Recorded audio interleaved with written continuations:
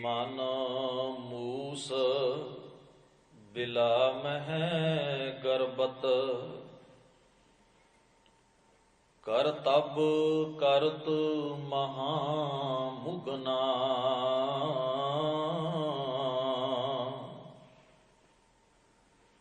संपत दौड़ झोल संग झूलत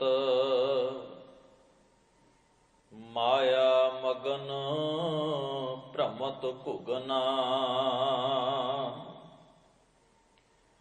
रे मन मूस बिला मैं गर्बत कर तब करत महामुगना। संपत दौड़ झोल संग झूलत माया मगन भ्रमत घुगना। सुत बनता साजन सुख बंदप तास्यों मोह बढ़ियो सो कना। बोयो बीज अहं मम अंकुर बीतत औद करत अगना। मिरत मंजार पसार मुख निरखत पुंजत भुगत भूख भुखना। सिमर गोपाल दयाल सत संगत नानक जग जानत सुपना। मिरत मंजार पसार मुख निरखत पुंजत भुगत भूख भुखना। सिमर गोपाल दयाल सत संगत नानक जग जानत सुपना। वाहिगुरु जी का खालसा वाहिगुरु जी की फतेह। परम सत्कारयोग दीन दयाल सतगुरु धन धन गुरु ग्रंथ साहब महाराज जी दे पावन दरबार दीयां हाजरियां भरदियां होइयां आप सारी संगत ने सतगुरु जी की पावन बाणी का कीर्तन गुरु सवारियां पासों बड़े प्यार सहित सुनिया है। धन धन गुरु अर्जन साहब महाराज शहीदां दे सिर ताज सतगुरु जी की मुबारक बाणी मुखवाक सवैये जिन्हां दी आप लड़ीवार कथा विचार रोजाना गुरु दरबार दीयां हाजरियां भाग भर के श्रवण करते हो। सतगुरु महाराज जी का उचारण किया होया दूजे हिस्से का ये चौथा सवैया है जिसका पाठ आप जी ने दास पासों श्रवण किया है। धन धन गुरु अर्जन साहब महाराज कृपा करते ने इस पावन सवैये दे अंदर मन नूं संबोधन करके ये शब्द वरतते हैं। रे मन मूस बिला मह गर्बत कर तब करत महामुगना। मूस का अर्थ हुंदा है मूसा चूहा। हे मेरे मन बिला का अर्थ हुंदा है बिला कहंदे ने खुड नूं जिहड़ा चूहा जिहड़ी खुड पुट के उस विच रहिंदा है। बिला का अर्थ कंदरा भी है गुफा भी है। गुरु अर्जन साहब महाराज कहंदे ने इस शरीर रूपी बिल विच शरीर रूपी गुफा विच शरीर रूपी खुड विच हे मन तू चूहे दी न्याई रहिंदा है। रे मन मूस बिला मह गर्बत गर्बत का अर्थ है तू हंकार करदा है हौमै वस पिया होया है तू ਹੰਕਾਰ ਦਾ ਸੁਭਾਅ ਹੈ ਤੇਰਾ, ਹੇ ਮਨ ਰੂਪ ਚੂਹੇ, ਹੰਕਾਰ ਦੇ ਵਸ ਪਿਆ ਹੋਇਆ ਤੂੰ, ਸਰੀਰ ਰੂਪੀ ਖੁੱਡ ਵਿੱਚ ਵਸਦਾ ਹੋਇਆ ਤੂੰ ਹਉਮੈ ਨਾਲ ਭਰਿਆ ਪਿਆ। ਹੰਕਾਰ ਦੀ ਆਦਤ, ਹੰਕਾਰ ਦਾ ਸੁਭਾਅ, ਹੰਕਾਰ ਦੀ ਪ੍ਰਵਿਰਤੀ ਤੇਰੇ ਉੱਪਰ ਪਈ ਹੋਈ ਹੈ। ਧੰਨ ਗੁਰੂ ਗ੍ਰੰਥ ਸਾਹਿਬ ਮਹਾਰਾਜ ਸੱਚੇ ਪਾਤਸ਼ਾਹ ਜੀ ਨੇ ਇੱਕ ਜਗ੍ਹਾ ਤੇ ਸ਼ਬਦ ਵਰਤਿਆ, ਐਸੇ ਪ੍ਰਤੀਕ ਬਾਣੀ ਵਿੱਚ ਬੜੀ ਵਾਰ ਆਏ ਨੇ ਕਿ ਜੀਵ ਨੂੰ, ਇਸ ਮਨੁੱਖ ਨੂੰ ਚੂਹੇ ਦੀ ਨਿਆਈ ਕਿਹਾ ਤੇ ਮੌਤ ਨੂੰ ਬਿੱਲੇ ਦੀ ਨਿਆਈ ਕਿਹਾ। ਵੀ ਜਿਵੇਂ ਬਿੱਲਾ ਚੂਹੇ ਨੂੰ ਖਾ ਜਾਂਦਾ ਹੈ, ਠੀਕ ਇਸੇ ਢੰਗ ਦੇ ਨਾਲ ਸਤਿਗੁਰੂ ਕਹਿੰਦੇ ਮੌਤ ਜਿਹੜੀ ਇਸ ਜੀਵਨ ਨੂੰ ਸਮਾਪਤ ਕਰ ਦਿੰਦੀ ਹੈ, ਖਤਮ ਕਰ ਦਿੰਦੀ ਹੈ। ਐਸੇ ਪ੍ਰਤੀਕ ਗੁਰੂ ਗ੍ਰੰਥ ਸਾਹਿਬ ਮਹਾਰਾਜ ਦੇ ਵਿੱਚ ਪਸ਼ੂਆਂ ਦੇ, ਪੰਛੀਆਂ ਦੇ, ਜੀਵਾਂ ਦੇ ਵਰਤ ਕੇ ਇੱਕ ਪੱਖ ਜਿਹੜਾ ਮਹਾਰਾਜ ਸਾਨੂੰ ਸਮਝਾਉਣ ਦੀ ਕਿਰਪਾਲਤਾ ਕਰਦੇ ਨੇ। ਜਿਵੇਂ ਮੱਛੀ ਦੀ ਉਦਾਹਰਣ ਪਾਣੀ 'ਚ ਵਰਤੀ ਹੈ, ਬਾਣੀ ਦੇ ਵਿੱਚ ਵਰਤੀ ਹੈ, ਮੱਛੀ ਤੇ ਪਾਣੀ ਦੀ ਉਦਾਹਰਣ। ਜਿਵੇਂ ਭਵਰੇ ਤੇ ਫੁੱਲ ਦੀ ਉਦਾਹਰਣ ਵਰਤੀ ਹੈ, ਜਿਵੇਂ ਹਿਰਨ ਦੀ ਤੇ ਘੰਡੇੜੇ ਦੇ ਨਾਦ ਦੀ ਉਦਾਹਰਣ ਗੁਰੂ ਗ੍ਰੰਥ ਸਾਹਿਬ ਵਿੱਚ ਵਰਤੀ ਹੈ, ਜਿਵੇਂ ਹਾਥੀ ਦੀ ਉਦਾਹਰਣ ਬਾਣੀ ਵਿੱਚ ਵਰਤੀ ਹੈ, ਜਿਵੇਂ ਪਤੰਗੇ ਦੀ ਤੇ ਲਾਟ ਸ਼ਮਾ ਦੀ ਉਦਾਹਰਣ ਗੁਰਬਾਣੀ ਵਿੱਚ ਵਰਤੀ ਗਈ ਹੈ। ਠੀਕ ਇਸੇ ਤਰ੍ਹਾਂ ਸਤਿਗੁਰੂ ਸੱਚੇ ਪਾਤਸ਼ਾਹ ਗਧੇ ਦੀ ਉਦਾਹਰਣ ਵਰਤ ਕੇ, ਕੁੱਤੇ ਦੀ ਉਦਾਹਰਣ ਵਰਤ ਕੇ ਵੀ ਮਨੁੱਖ ਦੀ ਬਿਰਤੀ ਦੀ ਤੁਲਨਾ ਜਦੋਂ ਇਹਨਾਂ ਗੱਲਾਂ ਨਾਲ ਕਰਦੇ ਨੇ, ਇਹਦੇ ਵਿੱਚੋਂ ਵੀ ਸਤਿਗੁਰੂ ਜੀ ਮਨੁੱਖ ਨੂੰ ਕੋਈ ਸੁਨੇਹਾ, ਕੋਈ ਸੰਦੇਸ਼ ਦੇਣ ਦੀ ਕਿਰਪਾਲਤਾ ਕਰਦੇ ਨੇ। ਠੀਕ ਇਸੇ ਤਰੀਕੇ ਨਾਲ ਸਤਿਗੁਰੂ ਮਹਾਰਾਜ ਇਸ ਪਾਵਨ ਸਵਈਏ ਦੇ ਅੰਦਰ ਮਨ ਦੀ ਤੁਲਨਾ ਚੂਹੇ ਨਾਲ ਕਰਦੇ ਨੇ। ਔਰ ਇੱਕ ਜਗ੍ਹਾ ਦੇ ਉੱਤੇ ਤਾਂ ਸਤਿਗੁਰੂ ਜੀ ਨੇ ਇਹ ਸ਼ਬਦ ਵਰਤਿਆ ਹੈ, ਸਾਕਤ। ਸਾਕਤ ਅਰਥ, ਸਾਕਤ ਦਾ ਅਰਥ ਹੁੰਦਾ ਹੈ ਰੱਬ ਨਾਲੋਂ, ਸੱਚ ਨਾਲੋਂ ਟੁੱਟਿਆ ਹੋਇਆ ਜੀਵ, ਜਿਹਨੇ ਸੱਚ ਤੇ ਧਰਮ ਨਾਲੋਂ ਦੂਰੀ ਬਣਾ ਲਈ ਹੈ। ਮਹਾਰਾਜ ਪ੍ਰਤੀਕ ਵਰਤਦਿਆਂ ਕਹਿੰਦੇ ਸਾਕਤ ਕੀ ਅਵਰਦਾ, ਉਹਦੀ ਉਮਰ, ਉਹਦੀ ਔਦ, ਉਹਦੀ ਜ਼ਿੰਦਗੀ ਦਾ ਸਮਾਂ ਜਾਏ ਬਿਰਥਾਰੀ, ਵਿਅਰਥ ਹੀ ਬਤੀਤ ਹੋ ਰਿਹਾ। ਕਿਵੇਂ ਉਹ ਆਪਣੀ ਜ਼ਿੰਦਗੀ ਦਾ ਸਮਾਂ ਖਰਾਬ ਕਰ ਰਿਹਾ, ਕਿਵੇਂ ਉਹ ਆਪਣੀ ਜ਼ਿੰਦਗੀ ਦੇ ਸਮੇਂ ਨੂੰ ਜੀਣ ਦੀ ਬਜਾਏ, ਹੰਢਾਉਣ ਦੀ ਬਜਾਏ, ਉਸ ਦਾ ਮਕਸਦ ਸਮਝਣ ਦੀ ਬਜਾਏ ਕੇਵਲ ਉਹਨੂੰ ਪਾਸ ਕਰ ਰਿਹਾ ਵੀ ਜ਼ਿੰਦਗੀ ਦਾ ਸਮਾਂ ਕਿਸੇ ਤਰ੍ਹਾਂ ਲੰਘ ਜਾਏ, ਅਜਾਈਂ ਗਵਾ ਰਿਹਾ, ਵਿਅਰਥ ਗਵਾ ਰਿਹਾ। ਸਤਿਗੁਰੂ ਨੇ ਇਸ ਗੱਲ ਦੀ ਉਦਾਹਰਣ ਦੇਣ ਵਾਸਤੇ, ਇਹ ਗੱਲ ਸਮਝਾਉਣ ਲਈ ਇੱਕ ਉਦਾਹਰਣ ਵਰਤੀ। ਉਦਾਹਰਣ ਵਿੱਚ ਸਤਿਗੁਰੂ ਕਹਿੰਦੇ ਜੈਸੇ ਕਾਗਦ ਕੇ ਭਾਰ ਮੂਸਾ ਟੂਕ ਗਵਾਵਤ। ਜਿਵੇਂ ਕਾਗਜ਼ਾਂ ਦਾ ਬਹੁਤ ਸਾਰਾ ਢੇਰ ਲੱਗਾ ਹੋਵੇ ਤੇ ਹੁਣ ਚੂਹਾ ਜਿਹੜਾ ਉਹਨਾਂ ਕਾਗਜ਼ਾਂ ਨੂੰ ਟੁੱਕ ਟੁੱਕ ਕੇ ਹੌਲੀ ਹੌਲੀ ਉਹ ਸਾਰੇ ਕਾਗਜ਼ ਖਰਾਬ ਕਰ ਦਿੰਦਾ ਹੈ। ਜੈਸੇ ਕਾਗਦ ਕੇ ਭਾਰ ਮੂਸਾ ਟੂਕ ਗਵਾਵਤ, ਚੂਹਾ ਉਹਨਾਂ ਨੂੰ ਟੁੱਕਦਾ ਹੈ ਨਾ, ਕਾਗਜ਼ਾਂ ਨੂੰ ਖਰਾਬ ਕਰ ਦਿੰਦਾ ਸਾਰੇ ਦੇ ਸਾਰੇ। ਕਹਿੰਦੇ ਜਿਵੇਂ ਬਹੁਤ ਸਾਰਾ ਢੇਰ ਭਾਰ ਕਾਗਜ਼ਾਂ ਦਾ ਹੋਵੇ ਤੇ ਚੂਹਾ ਉਹਨਾਂ ਨੂੰ ਕੁਤਰ ਕੁਤਰ ਕੇ, ਟੁੱਕ ਟੁੱਕ ਕੇ ਖਰਾਬ ਕਰ ਦਿੰਦਾ ਹੈ, ਕਾਮ ਨਹੀਂ ਗਵਾਰੀ। ਠੀਕ ਇਸੇ ਤਰ੍ਹਾਂ ਮੂਰਖ ਵਿਅਕਤੀ ਆਪਣੇ ਜੀਵਨ ਦੇ ਸਮੇਂ ਨੂੰ ਵਿਕਾਰਾਂ ਵਿੱਚ, ਬੁਰਾਈ ਵਾਲੇ ਪਾਸੇ ਲਾ ਕੇ ਇਸ ਮਨੁੱਖਾ ਜੀਵਨ ਨੂੰ ਐਵੇਂ ਕੁਤਰ ਕੇ ਸੁੱਟ ਦਿੰਦਾ ਹੈ, ਖਰਾਬ ਕਰਕੇ ਸੁੱਟ ਦਿੰਦਾ ਹੈ। ਇਸ ਜੀਵਨ ਦਾ ਉਸ ਨੂੰ ਕੋਈ ਮਕਸਦ ਨਾ ਤੇ ਸਮਝ ਆਉਂਦਾ ਹੈ ਤੇ ਨਾ ਹੀ ਇਸ ਜੀਵਨ ਦਾ ਉਹ ਕੋਈ ਲਾਹਾ ਖੱਟਦਾ ਹੈ।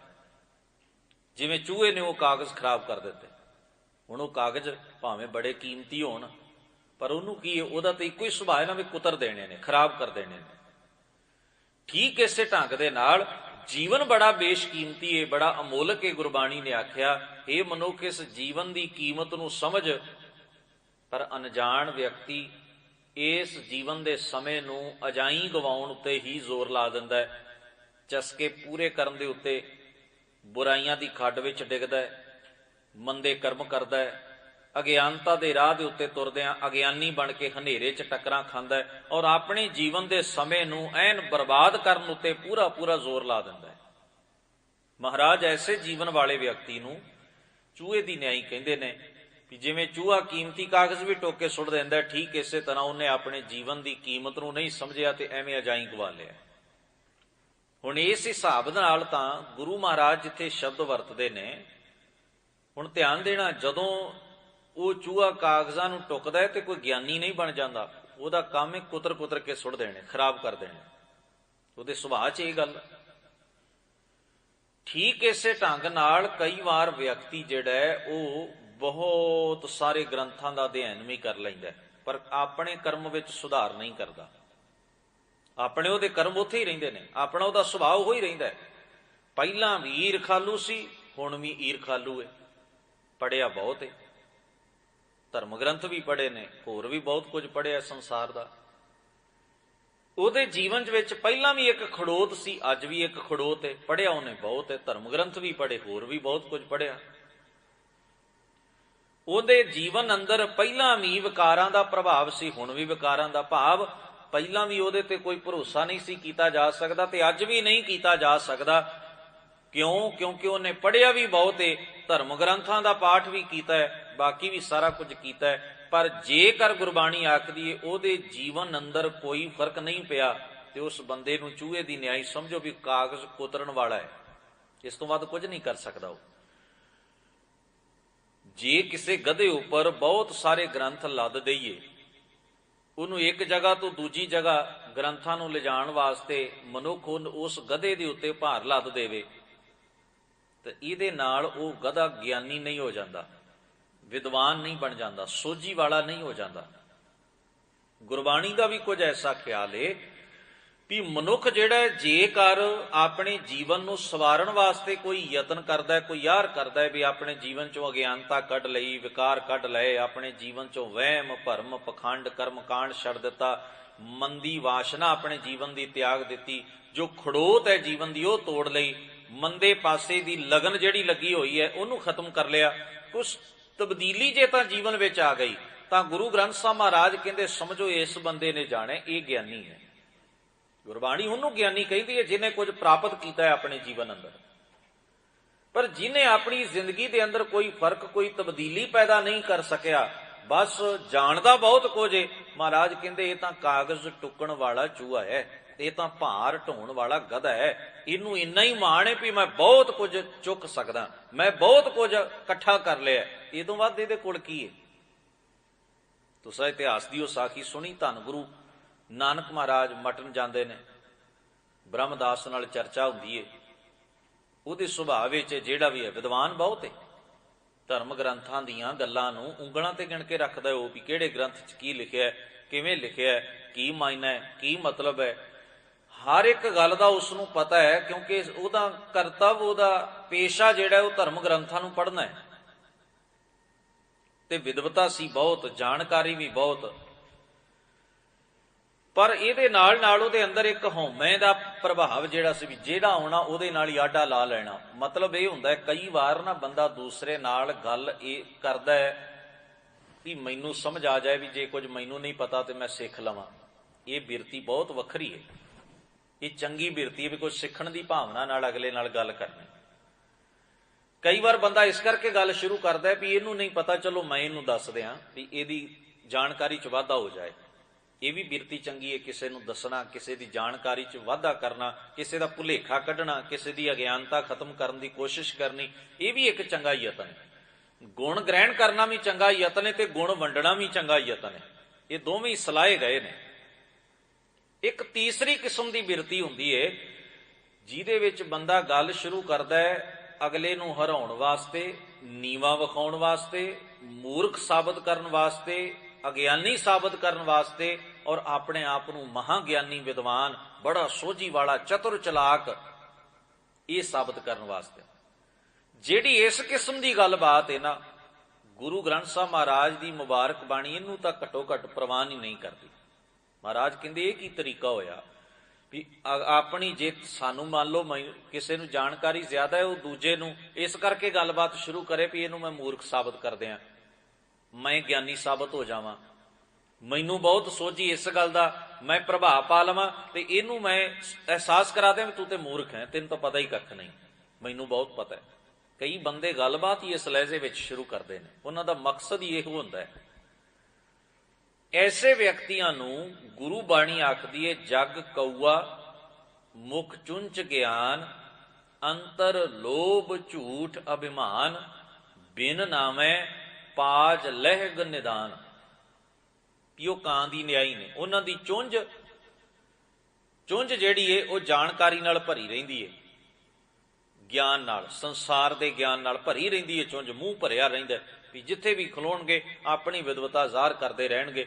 ਜਗ ਕਊਆ ਮੁਖ ਚੁੰਚ ਗਿਆਨ, ਪਰ ਗੁਰੂ ਕਹਿੰਦੇ ਨੇ ਅੰਤਰ ਹਿਰਦੇ 'ਚ ਕੀ ਹੈ? ਅੰਤਰ ਲੋਭ ਝੂਠ ਅਭਿਮਾਨ। ਅੰਦਰ ਲੋਭ ਹੈ। ਲੋਭ ਕਾਹਦਾ? ਵੀ ਮੈਨੂੰ ਬਹੁਤ ਵੱਡਾ ਸਮਝਿਆ ਜਾਏ, ਮੈਂ ਮਹਾ ਵਿਦਵਾਨ ਹਾਂ, ਮੈਂ ਬੜਾ ਸੋਝੀ ਵਾਲਾ। ਪਛਾ ਨਹੀਂ ਸਕਦੇ ਆਪਣੇ ਅੰਦਰ ਦੀ ਉਹ ਗੱਲ ਨੂੰ। ਝੂਠ, ਝੂਠ ਦਾ ਅਰਥ ਹੁੰਦਾ ਵੀ ਬਾਹਰੋਂ ਜੋ ਬਣਨ ਦਾ ਯਤਨ ਕਰਦੇ ਨੇ ਅੰਦਰੋਂ ਹੁੰਦੇ ਨਹੀਂ, ਜੀਵਨ ਵੈਸਾ ਹੁੰਦਾ ਨਹੀਂ। ਤੀਸਰੀ ਗੱਲ ਆਖੀ ਅਭਿਮਾਨ, ਹਉਮੈ ਸਿਰ ਚੜ ਕੇ ਬੋਲਦੀ ਹੈ ਉਹਨਾਂ ਦੇ। ਹੰਕਾਰ ਹੀ ਹੰਕਾਰ ਹਰ ਵੇਲੇ। ਤੋ ਸਤਿਗੁਰੂ ਮਹਾਰਾਜ ਕਹਿੰਦੇ ਬਿਨ ਨਾਮੈ ਪਾਜ ਲੈਗ, ਕਿਉਂਕਿ ਜਦੋਂ ਉਹਨਾਂ ਦਾ ਆਪਣਾ ਜੀਵਨ ਹੀ ਉਸ ਗਿਆਨ ਦੀ ਗੱਲ ਦੇ ਮੁਤਾਬਕ ਨਹੀਂ ਹੁੰਦਾ, ਉਹਨਾਂ ਦਾ ਪਾਜ ਉਗੜ ਜਾਂਦਾ ਹੈ। ਅਖੀਰ ਨੂੰ ਫਿਰ ਫਿੱਕੇ ਲੱਗਣ ਲੱਗ ਪੈਂਦੇ ਨੇ ਉਹ ਸੱਜਣ।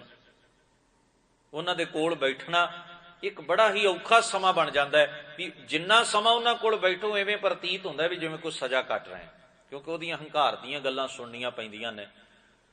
ਉਹ ਤੁਹਾਨੂੰ ਹੀ ਮੂਰਖ ਸਾਬਤ ਕਰਨ ਉੱਤੇ ਸਾਰਾ ਜ਼ੋਰ ਲਾ ਦਿੰਦਾ ਹੈ।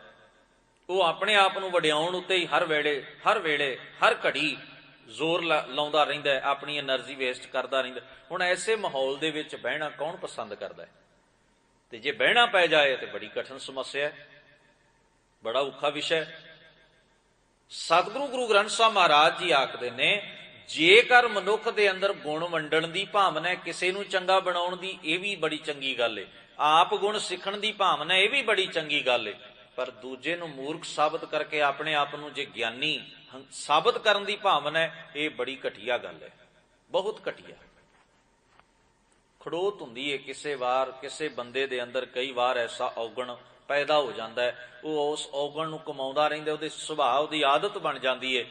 ਬ੍ਰਹਮਦਾਸ ਦੀ ਕੁਝ ਐਸੀ ਆਦਤ ਹੈ ਵੀ ਜਿਹੜਾ ਆਇਆ ਉਹਦੇ ਨਾਲ ਚਰਚਾ ਛੇੜ ਲਈ। ਚਰਚਾ ਦਾ ਇਹ ਨਹੀਂ ਸੀ ਮਸਲਾ ਹੁੰਦਾ ਵੀ ਮੈਂ ਕੁਝ ਸਿੱਖਾਂ ਜਾਂ ਅਗਲੇ ਨੂੰ ਦੱਸਾਂ, ਇਹ ਹੁੰਦਾ ਸੀ ਵੀ ਮੈਂ ਕਿੱਡਾ ਵਿਦਵਾਨ ਹਾਂ ਤੇ ਅਗਲਾ ਕਿੰਨਾ ਮੂਰਖ ਹੈ।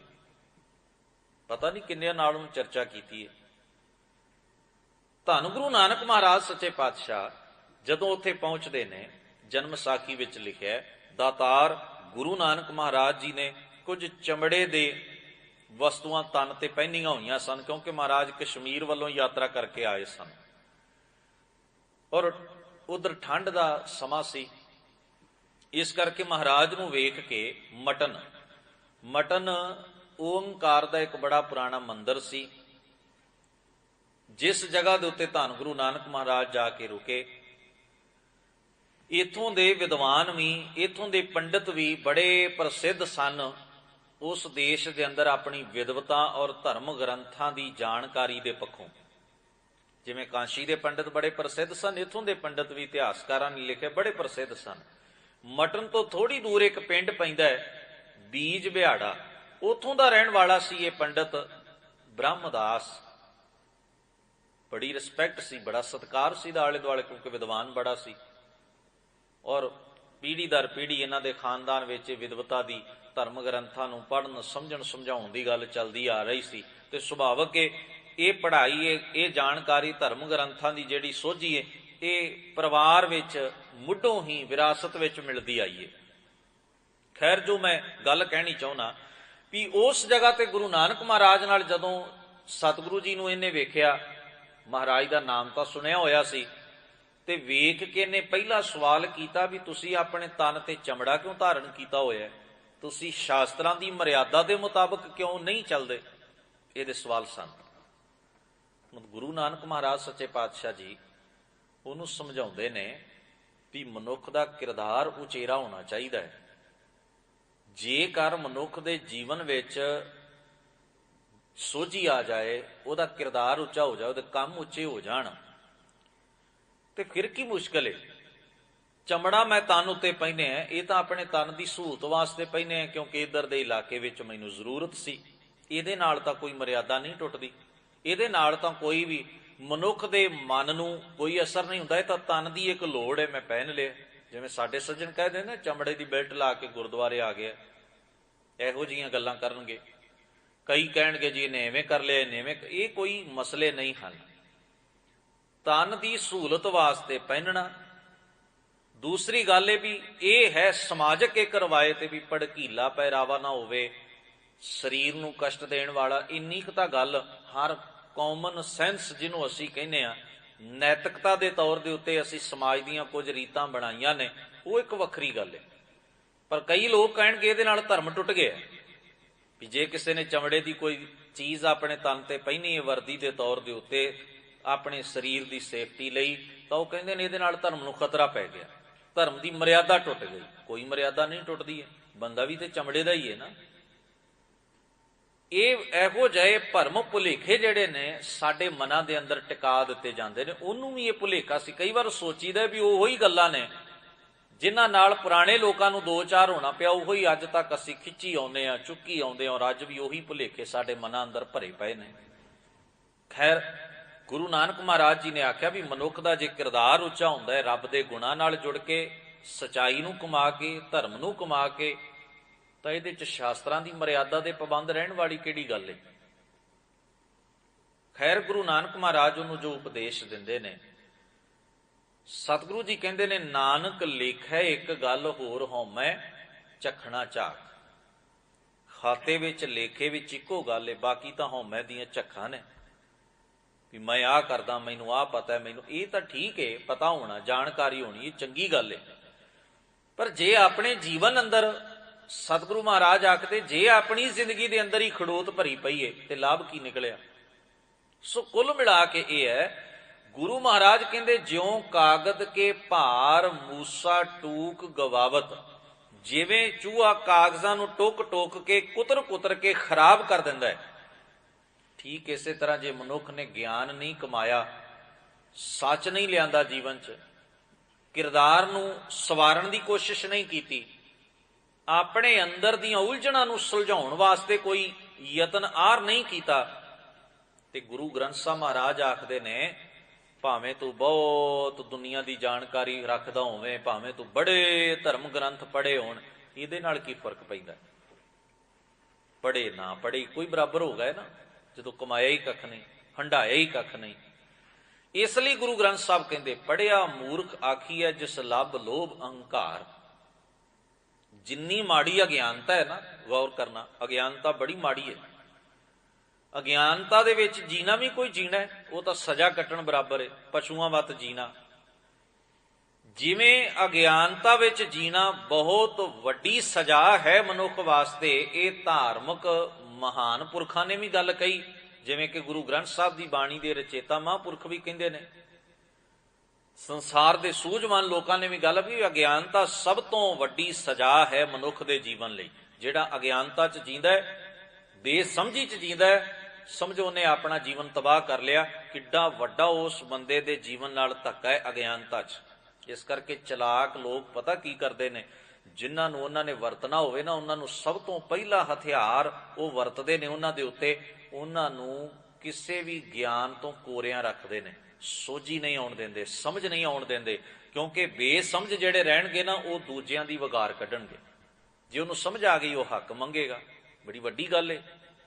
ਜਿਹਨੂੰ ਸਮਝ ਆ ਜਾਂਦੀ, ਉਹ ਸੋਚਦਾ ਹੈ, ਸੋਚਣ ਵਾਲਾ ਬੰਦਾ ਫਿਰ ਵਿਚਾਰ ਕਰਦਾ ਵੀ ਆਹ ਸਹੀ ਹੈ ਜਾਂ ਗਲਤ ਹੈ, ਤੇ ਜਦੋਂ ਸਹੀ ਤੇ ਗਲਤ ਦਾ ਨਿਰਣਾ ਹੋਣ ਲੱਗ ਪਵੇ ਨਾ, ਫਿਰ ਜੇ ਮੈਂ ਗਲਤ ਹੋਵਾਂ ਤੇ ਅਗਲੇ ਨੇ ਉੱਠ ਕੇ ਕਹਿ ਦੇਣਾ ਤੂੰ ਤਾਂ ਗਲਤ ਹੈ, ਚੁਣੌਤੀ ਮਿਲ ਗਈ ਨਾ। ਇਸ ਕਰਕੇ ਚਲਾਕ ਲੋਕ ਜਿਹੜੇ ਨੇ, ਜਿਨ੍ਹਾਂ ਨੇ ਰਾਜ ਕਰਨੇ ਹੁੰਦੇ ਨੇ, ਜਿਨ੍ਹਾਂ ਨੇ ਦੂਜਿਆਂ ਨੂੰ ਗੁਲਾਮ ਬਣਾ ਕੇ ਰੱਖਣਾ ਹੁੰਦਾ ਹੈ, ਜਿਨ੍ਹਾਂ ਨੇ ਆਪਣੇ ਸਵਾਰਥ ਪੂਰੇ ਕਰਨੇ ਹੁੰਦੇ ਨੇ, ਉਹਨਾਂ ਦੀ ਕੋਸ਼ਿਸ਼ ਹੁੰਦੀ ਹੈ, ਉਹਨਾਂ ਕੋਲ ਪਹਿਲਾ ਹਥਿਆਰ ਹੁੰਦਾ ਹੈ, ਆਪਣੇ ਵਿਰੋਧੀਆਂ ਨੂੰ ਜਿੰਨਾ ਵੀ ਤੁਸੀਂ ਅਗਿਆਨੀ ਬਣਾ ਸਕਦੇ ਹੋ ਬਣਾ ਦਿਓ, ਬੇਸਮਝ ਰੱਖ ਸਕਦੇ ਹੋ ਬੇਸਮਝ ਰੱਖੋ। ਬੇਸਮਝ ਬੰਦੇ ਨੂੰ ਵਰਤਣਾ ਬਹੁਤ ਸੌਖਾ ਹੈ, ਸਮਝਦਾਰ ਨੂੰ ਵਰਤਣਾ ਬਹੁਤ ਔਖਾ ਹੈ। ਪਹਿਲਾ ਹਥਿਆਰ ਹੈ ਬੇਸਮਝੀ, ਮਾਰਨ ਵਾਸਤੇ। ਤੇ ਜਿਨ੍ਹਾਂ ਨੂੰ ਸਮਝ ਆ ਜਾਏ, ਜਿਹੜੇ ਬੇਸਮਝ ਨਾ ਰਹਿਣ, ਜਿਨ੍ਹਾਂ ਨੂੰ ਸੋਝੀ ਆ ਜਾਏ, ਉਹ ਹੱਕ ਮੰਗਦੇ ਨੇ, ਉਹ ਜਾਗਰਤ ਹੋ ਜਾਂਦੇ ਨੇ, ਉਹ ਸੁਚੇਤ ਹੋ ਜਾਂਦੇ ਨੇ, ਤੇ ਸੁਚੇਤ ਵਰਗ ਨਾਲ ਫਿਰ ਹਥਿਆਰਾਂ ਦੀ ਲੜਾਈ ਲੜੀ ਜਾਂਦੀ ਹੈ। ਉਹਨਾਂ ਨੂੰ ਕਤਲ ਕੀਤਾ ਜਾਂਦਾ, ਉਹਨਾਂ ਨੂੰ ਸਜ਼ਾਵਾਂ ਦਿੱਤੀਆਂ ਜਾਂਦੀਆਂ, ਉਹਨਾਂ ਨੂੰ ਜੇਲ੍ਹਾਂ 'ਚ ਪਾਇਆ ਜਾਂਦਾ ਹੈ। ਐਸੇ ਵੀ ਕੁਝ ਇਤਿਹਾਸ ਦੇ ਪੰਨਿਆਂ ਦੇ ਉੱਤੇ ਗਾਥਾ ਗੱਲਾਂ ਉਕਰੀਆਂ ਹੋਈਆਂ ਨੇ। ਤੋ ਸ਼ਾਇਦ ਇਹੀ ਕਾਰਨ ਸੀ ਵੀ ਭਾਰਤ ਦੇ ਅੰਦਰ ਪੁਜਾਰੀਆਂ ਦੀ ਇੱਕ ਧਿਰ ਨੇ ਇਹ ਧਰਮ ਗ੍ਰੰਥਾਂ ਦਾ ਨਿਯਮ ਬਣਾ ਦਿੱਤਾ ਸੀ ਵੀ ਸਾਡੇ ਤੋਂ ਬਿਨਾਂ ਕੋਈ ਵੀ ਵੇਦਾਂ ਦਾ ਪਾਠ ਕਰ ਨਹੀਂ ਸਕਦਾ, ਕੋਈ ਧਰਮ ਗ੍ਰੰਥ ਪੜ੍ਹ ਨਹੀਂ ਸਕਦਾ, ਸਮਝ ਨਹੀਂ ਸਕਦਾ, ਕਿਉਂਕਿ ਮਨ ਮਰਜ਼ੀ ਨਾਲ ਹੀ ਉਹਨਾਂ ਸਾਰਾ ਕੰਮ ਕੀਤਾ, ਔਰ ਕਿਉਂਕਿ ਉਹਨਾਂ ਦਾ ਮਕਸਦ ਸੀ ਬਾਕੀਆਂ ਨੂੰ ਆਪਣੇ ਗੁਲਾਮ ਬਣਾ ਕੇ ਰੱਖਣਾ। ਔਰ ਸਦੀਆਂ ਤੱਕ ਧਰਮ ਗ੍ਰੰਥ ਕੇਵਲ ਅਸੀਂ ਪੜ੍ਹ ਸਕਨੇ ਹਾਂ, ਧਰਮ ਗ੍ਰੰਥ ਪੜ੍ਹਨ ਦਾ ਕੇਵਲ ਹੱਕ ਸਾਨੂੰ ਹੈ। ਉਹ ਇਸ ਕਰਕੇ ਵੀ ਅਸੀਂ ਮਨ ਮਰਜ਼ੀ ਨਾਲ ਧਰਮ ਦੇ ਉੱਤੇ ਛਾਏ ਰਵਾਂਗੇ, ਆਪਣੀ ਮਰਜ਼ੀ ਨਾਲ ਮਰਿਆਦਾ ਬਣਾਵਾਂਗੇ, ਆਪਣੀ ਮਰਜ਼ੀ ਨਾਲ ਹੀ ਸਾਰੇ ਕਾਨੂੰਨ ਰਚਾਂਗੇ, ਅਸੀਂ ਵਿਆਖਿਆ ਕਰਾਂਗੇ ਮਨ ਭਾਉਂਦੀਆਂ ਗੱਲਾਂ ਕਹਿ ਕੇ। ਇਹ ਲੋਕ ਤਾਂ ਸਾਡੇ ਬਸ ਮਗਰ ਮਗਰ ਤੁਰਨ ਵਾਲੇ, ਸਾਡੀ ਆਗਿਆ 'ਚ ਤੁਰਨ ਵਾਲੇ ਹੋਣਗੇ। ਇਹ ਸੋਚ ਸਮਝ ਨਾ ਸਕਣ, ਇਸ ਕਰਕੇ ਉਹਨਾਂ ਨੂੰ ਧਰਮ ਗ੍ਰੰਥ ਪੜ੍ਹਨ ਦਾ ਹੱਕ ਹੀ ਨਹੀਂ ਦਿੱਤਾ। ਆਪ ਵਾਧੇ ਘਾਟੇ ਵੀ ਕਰਨੇ ਸ਼ੁਰੂ ਕਰ ਲਏ। ਮੈਂ ਕਈ ਵਾਰ ਸੋਚਣਾ, ਸਾਡੇ ਵਿੱਚ ਵੀ ਤੇ ਐਸਾ ਰਿਵਾਜ਼ ਹੌਲੀ ਹੌਲੀ ਮਰਿਆਦਾ ਦੇ ਨਾਂ ਤੇ ਬਣ ਵੀ ਫਲਾਨਾ ਬੰਦਾ ਜੀ ਗੁਰੂ ਗ੍ਰੰਥ ਸਾਹਿਬ ਦੇ ਨੇੜੇ ਨਹੀਂ ਜਾ ਸਕਦਾ, ਆਹ ਬੰਦਾ ਚੌਰ ਨਹੀਂ ਕਰ। ਇੰਨੀਆਂ ਪਾਬੰਦੀਆਂ ਲਾ ਦਿੱਤੀਆਂ ਕਾਹਦੇ ਵਾਸਤੇ ਭਲਾ? ਹੁਣ ਗੌਰ ਕਰਨਾ, ਅਸੀਂ ਵੀ ਸਫ਼ਰ ਜਿਹੜਾ ਕਰ ਰਹੇ ਨਾ, ਸਾਨੂੰ ਵੀ ਵੇਖਣਾ ਪਏਗਾ ਵੀ ਕਿਤੇ ਸਾਡਾ ਸਫ਼ਰ ਵੀ ਤਾਂ ਉਸ ਪਾਸੇ ਨਹੀਂ। ਆਪ ਗੁਰੂ ਗ੍ਰੰਥ ਸਾਹਿਬ ਦੇ ਅਸਾਂ ਨੇੜੇ ਜਾਣਾ ਨਹੀਂ, ਨਾ ਸਾਨੂੰ ਜਾਣ ਦਿੱਤਾ ਜਾਂਦਾ ਹੈ। ਬਹੁਤ ਥਾਈਂ ਇਹ ਮਰਿਆਦਾ ਘੜ ਦਿੱਤੀ ਗਈ ਹੈ ਵੀ ਇਹੋ ਜਿਹਾ ਪਹਿਰਾਵਾ ਪਹਿਨੇ, ਇਹੋ ਜਿਹਾ ਇਸ ਤਰ੍ਹਾਂ ਦਾ ਹੋਵੇ, ਇਸ ਢੰਗ ਨਾਲ ਜਾਵੇ। ਕੰਡੀਸ਼ਨ ਤਾਂ ਇੱਕੋ ਹੀ ਹੈ ਨਾ ਵੀ ਸੇਫ ਪਹਿਰਾਵਾ ਹੋਵੇ, ਸਾਫ ਸੁਥਰਾ ਹੋਵੇ। ਗੱਲ ਤਾਂ ਕੇਵਲ ਇੰਨੀ ਸੀ, ਪਰ ਇਹੋ ਜਿਹੇ ਪਹਿਰਾਵੇ ਦੀਆਂ ਸ਼ਰਤਾਂ ਰੱਖ ਦਿੱਤੀਆਂ ਗਈਆਂ ਜਿਹੜੀਆਂ ਆਮ ਨਹੀਂ ਪਹਿਨਿਆ ਜਾਂਦਾ। ਇਹਦਾ ਮਤਲਬ ਤਾਂ ਇਹ ਸੀ ਵੀ ਖਾਸ ਥੋੜੇ ਜਿਹੇ ਬੰਦੇ ਰਹਿ ਜਾਣਗੇ ਜਿਹੜੇ ਗੁਰੂ ਗ੍ਰੰਥ ਸਾਹਿਬ ਤੱਕ ਪਹੁੰਚਣਗੇ। ਬਾਕੀਆਂ ਵਾਸਤੇ ਬਹੁਤ ਲੰਬੀ ਚੌੜੀ ਉਲਝਣ ਬਣਾਈ। ਜੇ ਤੁਸੀਂ ਘਰ 'ਚ ਵੀ ਪਾਠ ਕਰਨਾ ਇਵੇਂ ਨਾ ਕਰਿਓ, ਜੇ ਤੁਸੀਂ ਗਲਤ ਕੀਤਾ ਪਾਪ ਲੱਗ ਜਾਣਾ। ਇਹੋ ਜਿਹੀਆਂ ਗੱਲਾਂ ਕਰ ਕਰਕੇ ਲੋਕਾਂ ਨੂੰ ਭੈ ਦਿੱਤਾ, ਡਰਾ ਦਿੱਤਾ। ਬੰਦਾ ਬਾਣੀ ਦੀ ਪੋਥੀ ਫੜਨ ਤੋਂ ਹੀ ਡਰਦਾ ਹੈ, ਅਖੇ ਜੀ ਪਾਪ ਲੱਗੇਗਾ। ਇਹ ਗੱਲ ਫੈਲਾਈ ਹੈ ਨਾ ਧਾਰਮਿਕ ਦਾਇਰੇ ਦੇ ਲੋਕਾਂ ਨੇ, ਭੈ ਦੇਣ ਵਾਸਤੇ ਵੀ ਪਾਪ ਲੱਗਦਾ। ਮੈਂ ਅਕਸਰ ਬੇਨਤੀ ਕਰਿਆ ਕਰਦਾ, ਆਪਾਂ ਜਿੰਨੇ ਵੀ ਸੰਗਤ ਵਿੱਚ ਬੈਠੇ ਹਾਂ, ਜੇ ਅਸੀਂ ਬਾਣੀ ਨਹੀਂ ਪੜ੍ਹਦੇ ਜਾਂ ਪੜ੍ਹਦੇ ਹਾਂ ਕਿਸੇ ਵੀ ਹਾਲਤ, ਜੇ ਸਾਨੂੰ ਬਾਣੀ ਦੀ ਪੋਥੀ ਦਿੱਤੀ ਜਾਏ ਵੀ ਆਹ ਲਓ ਪਾਠ ਕਰੋ, ਆਪਾਂ ਬਾਣੀ ਦਾ ਪਾਠ ਕਰਨਾ ਸ਼ੁਰੂ ਕਰੀਏ, ਆਪਾਂ ਆਪਣੇ ਵੱਲੋਂ ਇਮਾਨਦਾਰੀ ਨਾਲ ਪੂਰੀ ਕੋਸ਼ਿਸ਼ ਕਰਾਂਗੇ ਵੀ ਅਸੀਂ ਠੀਕ ਠੀਕ ਪੜ੍ਹ ਸਕੀਏ। ਕੋਈ ਐਸਾ ਬੇਵਕੂਫ ਇੱਕ ਆਧੀ ਹੋਵੇਗਾ ਜਿਹੜਾ ਜਾਣ-ਬੁੱਝ ਕੇ ਗਲਤੀ ਕਰਨ ਦੀ ਇੱਛਾ ਰੱਖਦਾ, ਜਾਣ-ਬੁੱਝ ਕੇ ਗਲਤ ਪੜ੍ਹੇ, ਹੁਣ ਤਾਂ ਅਸੀਂ ਕਹਿ ਸਕਦੇ ਹਾਂ। ਪਰ ਹਰ ਬੰਦਾ ਕੋਸ਼ਿਸ਼ ਕਰਦਾ ਹੈ ਆਪਣੇ ਵੱਲੋਂ ਵੀ ਜੋ ਮੈਂ ਪੜ੍ਹਾਂ ਮੈਂ ਬਿਲਕੁਲ ਸਾਫ਼ ਪੜ੍ਹਾਂ, ਸ਼ੁੱਧ ਪੜ੍ਹਾਂ, ਸੁਥਰਾ ਪੜ੍ਹਾਂ, ਸਹੀ ਉਚਾਰਨ। ਆਪਣੇ ਵੱਲੋਂ ਅਸੀਂ ਸਾਰੇ ਕੋਸ਼ਿਸ਼ ਕਰਦੇ ਹਾਂ। ਇਹਦਾ ਮਤਲਬ ਇਹ ਹੈ ਵੀ ਜੇ ਅਣਜਾਣ ਪੁਣੇ ਵਿੱਚ ਸਾਨੂੰ ਪਤਾ ਨਹੀਂ, ਜੇ ਅਸੀਂ ਬਾਣੀ ਪੜ੍ਹਦੇ ਹਾਂ ਕੋਈ ਲਫ਼ਜ਼ ਵੱਧ ਘੱਟ ਹੋ ਜਾਂਦਾ ਹੈ, ਗਲਤ ਪੜ੍ਹਿਆ ਜਾਂਦਾ ਹੈ, ਇਹਦਾ ਮਤਲਬ ਸਾਨੂੰ ਪਾਪ ਲੱਗੇਗਾ। ਬੰਦਾ ਸੋਚਦਾ ਹੈ ਬਾਣੀ ਤੇ ਪੜ੍ਹਨੀ ਸੀ ਭਲੇ ਵਾਸਤੇ, ਜੇ ਪਾਪ ਹੀ ਲਵਾ ਲੈਣਾ ਤੇ ਲੋੜ ਹੀ ਕੀ, ਆਪਾਂ ਪੜ੍ਹਦੇ ਹੀ ਨਹੀਂ। ਇਹ ਤਾਂ ਉਲਟਾ ਹੋਰ ਬੋਝ ਬਣ ਗਿਆ ਮਨ ਉੱਤੇ। ਤੋ ਇਵੇਂ ਚਲਾਕ ਲੋਕਾਂ ਨੇ ਇਹੋ ਜਿਹੇ, ਇਹਨੂੰ ਅਸੀਂ ਧਰਮ ਪ੍ਰਚਾਰਕ ਜੇ ਕਹਿੰਦੇ ਆ ਤਾਂ ਦੇਖ ਲਓ ਵੀ ਕੈਸਾ ਪ੍ਰਚਾਰ ਹੈ।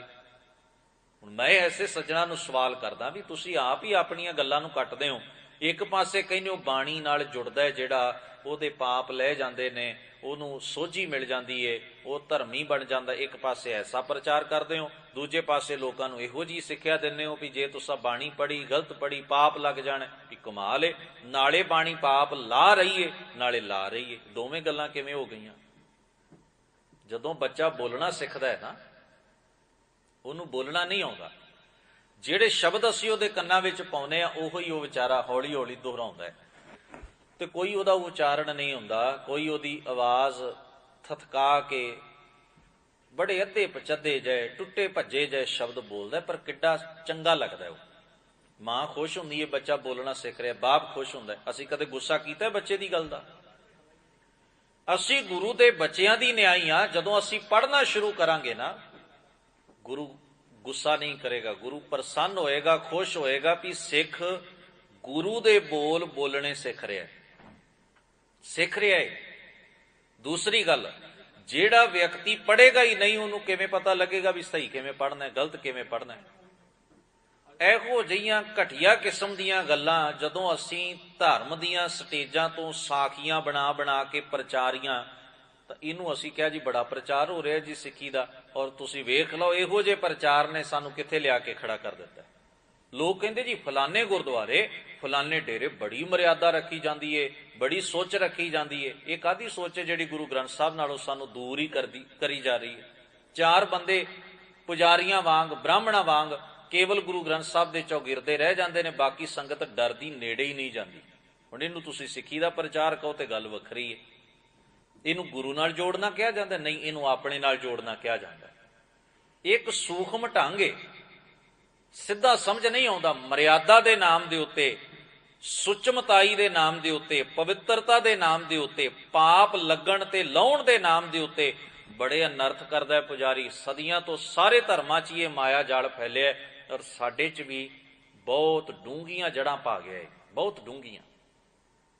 ਇਹ ਕੁਝ ਐਸੀ ਮਾਨਸਿਕ ਅਵਸਥਾ ਸਾਡੀ ਘੜੀ ਜਾ ਚੁੱਕੀ ਹੈ।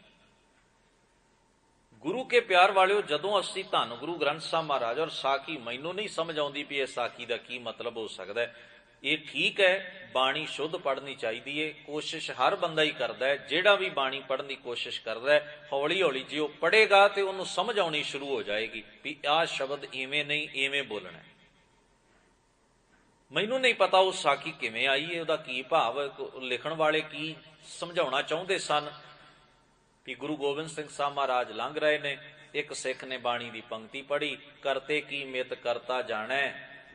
ਉੱਥੇ ਸ਼ਬਦ ਹੈ ਕੈ ਜਾਣੈ ਗੁਰਸੂਰਾ, ਉਹਨੇ ਪੜ੍ਹਿਆ ਕੀ ਜਾਣੈ ਗੁਰਸੂਰਾ। ਮਹਾਰਾਜ ਨੇ ਇੱਕ ਸਿੱਖ ਨੂੰ ਕਿਹਾ ਵੀ ਇਹਨੂੰ ਇੱਕ ਥੱਪੜ ਮਾਰ ਕੇ ਆਓ। ਉਹਨੇ ਜਾ ਕੇ ਉਹਨੂੰ ਥੱਪੜ ਮਾਰ ਦਿੱਤਾ। ਇਹ ਸਾਖੀ ਮੈਂ ਖੁਦ ਸਟੇਜ ਤੋਂ ਸੁਣੀ ਹੈ, ਧਾਰਮਿਕ ਪ੍ਰਚਾਰਕ ਦੇ ਕੋਲੋਂ। ਉਹਨੂੰ ਪੁੱਛਿਆ ਕੀ ਗਲਤੀ ਹੋਈ? ਮਹਾਰਾਜ ਕਹਿੰਦੇ ਤੂੰ ਕੈ ਦੀ ਜਗ੍ਹਾ ਤੇ ਕੇ ਪੜ੍ਹਦਾ, ਦੁਲਾਵਾਂ ਲੱਗੀਆਂ ਨੇ ਇੱਕ ਲਾਂ ਪੜ੍ਹਦਾ। ਹੁਣ ਇਹ ਸਾਖੀ ਸੁਣ ਕੇ ਤੇ ਸਾਨੂੰ ਪਸੀਨੇ ਹੀ ਛੁੱਟਣੇ ਨਾ, ਵੀ ਕੀ ਲੋੜ ਹੈ ਐਵੇਂ। ਬਾਣੀ ਪੜ੍ਹੀਏ, ਜੇ ਇੱਕ ਮਾਤਰਾ ਵੱਧ ਘੱਟ ਹੋ ਗਈ ਉਚਾਰਨ ਕਰਨ ਦੇ ਅੰਦਰ, ਮਹਾਰਾਜ ਥੱਪੜ ਮਰਵਾ ਰਹੇ ਨੇ ਉਸ ਸਿੱਖ ਨੂੰ ਜਿਹੜਾ ਬਾਣੀ ਪੜ੍ਹ ਰਿਹਾ ਹੈ, ਤੇ ਉਹਨੇ ਦੁਲਾਵਾਂ ਦੀ ਜਗ੍ਹਾ ਤੇ ਲਾਂ ਵਰਤੀ ਏ, ਇੱਕ ਮਾਤਰਾ ਦੀ ਕਮੀ ਰਹਿਣ ਦਿੱਤੀ, ਉਚਾਰਨ ਵਿੱਚ ਥੋੜਾ ਜਿਹਾ ਅੰਤਰ ਪੈ ਗਿਆ, ਤੇ ਮਹਾਰਾਜ ਨੇ ਉਹਨੂੰ ਸਜ਼ਾ ਦਿੱਤੀ। ਜੇ ਮੈਂ ਜ਼ਿਆਦੀਆਂ ਗਲਤੀਆਂ ਕਰਾਂ, ਇਹ ਨਾ ਹੋਵੇ ਕਿਤੇ ਮੈਂ ਨਰਕਾਂ 'ਚ ਚਲਿਆ ਜਾਵਾਂ, ਕਿਤੇ ਮੈਨੂੰ ਬਹੁਤ ਪਾਪ ਲੱਗੇ, ਗੁਰੂ ਸਾਹਿਬ ਦੀ ਨਜ਼ਰ ਦੇ ਵਿੱਚ ਮੈਂ ਬਹੁਤ ਵੱਡਾ ਅਪਰਾਧੀ ਬਣ। ਇਹੋ ਜਿਹੀਆਂ ਸਾਖੀਆਂ ਨੇ ਸਾਡਾ ਦਿਮਾਗ ਇਸ ਹੱਦ ਤੱਕ ਭੈ ਭੀਤ ਕਰ ਦਿੱਤਾ ਹੈ, ਸਾਡੇ ਅੰਦਰ ਇੱਕ ਡਰ ਪੈਦਾ, ਖੌਫ ਪੈਦਾ ਕਰ ਦਿੱਤਾ ਹੈ। ਅਸੀਂ ਬਾਣੀ ਪੜ੍ਹਨ ਤੋਂ ਤਾਂ ਪਹਿਲਾਂ ਹੀ ਅਵੇਸਲੇ ਸਾਂ, ਰਹਿੰਦੀ ਖੂੰਦੀ ਕਸਰ ਇਹੋ ਜਿਹੇ ਪ੍ਰਚਾਰ ਨੇ ਪੂਰੀ ਕਰ ਦਿੱਤੀ। ਸਤਿਗੁਰੂ ਮਹਾਰਾਜ ਮੁਬਾਰਕ ਬਾਣੀ ਦੇ ਅੰਦਰ ਗੁਰੂ ਦਾ ਸੁਭਾਅ ਜਦੋਂ ਦੱਸਦੇ ਨੇ ਨਾ, ਇਹ ਪੜ੍ਹਨਾ, ਮਹਾਰਾਜ ਉੱਥੇ ਕਹਿੰਦੇ ਸਤਿਗੁਰ ਦਾਤਾ ਦਇਆਲ ਹੈ। ਗੌਰ ਕਰਨਾ ਸ਼ਬਦਾਂ ਵੱਲ, ਸਤਿਗੁਰ ਦਾਤਾ ਦਇਆਲ ਹੈ, ਜਿਸਨੂੰ ਦਇਆ ਸਦਾ ਹੋਏ, ਏਕ ਦ੍ਰਿਸ਼ਟ ਕਰ ਦੇਖਦਾ, ਮਨ ਭਾਵਨੀ ਤੇ ਸਿੱਧ ਹੋਏ। ਸਤਿਗੁਰ ਵਿੱਚ ਅੰਮ੍ਰਿਤ ਹੈ, ਹਰਿ ਉਤਮ ਹਰ ਪਦ ਸੋਏ। ਸਤਿਗੁਰ ਸਭਨਾ ਦਾ ਭਲਾ ਮਨਾਏਂਦਾ, ਤੇ ਸਦਾ ਬੁਰਾ ਕਿਉਂ ਹੋਏ। ਗੁਰੂ ਚ ਦਇਆ ਹੈ, ਮਹਾਰਾਜ ਨੇ, ਗੁਰੂ ਚ ਕ੍ਰੋਧ ਨਹੀਂ, ਜ਼ਹਿਰ ਨਹੀਂ, ਗੁੱਸਾ ਨਹੀਂ, ਗੁਰੂ ਚ ਦਇਆ, ਤਰਸ, ਪਿਆਰ ਹੈ। ਹੁਣ ਗੁਰਬਾਣੀ ਤੇ ਗੁਰੂ ਦਾ ਇਹੋ ਜਿਹਾ ਸੁਭਾਅ ਦੱਸਦੀ ਹੈ, ਤੇ ਅਸੀਂ ਕੀ ਦੱਸਣ ਦੀ ਕੋਸ਼ਿਸ਼ ਕਰ ਰਹੇ ਹਾਂ।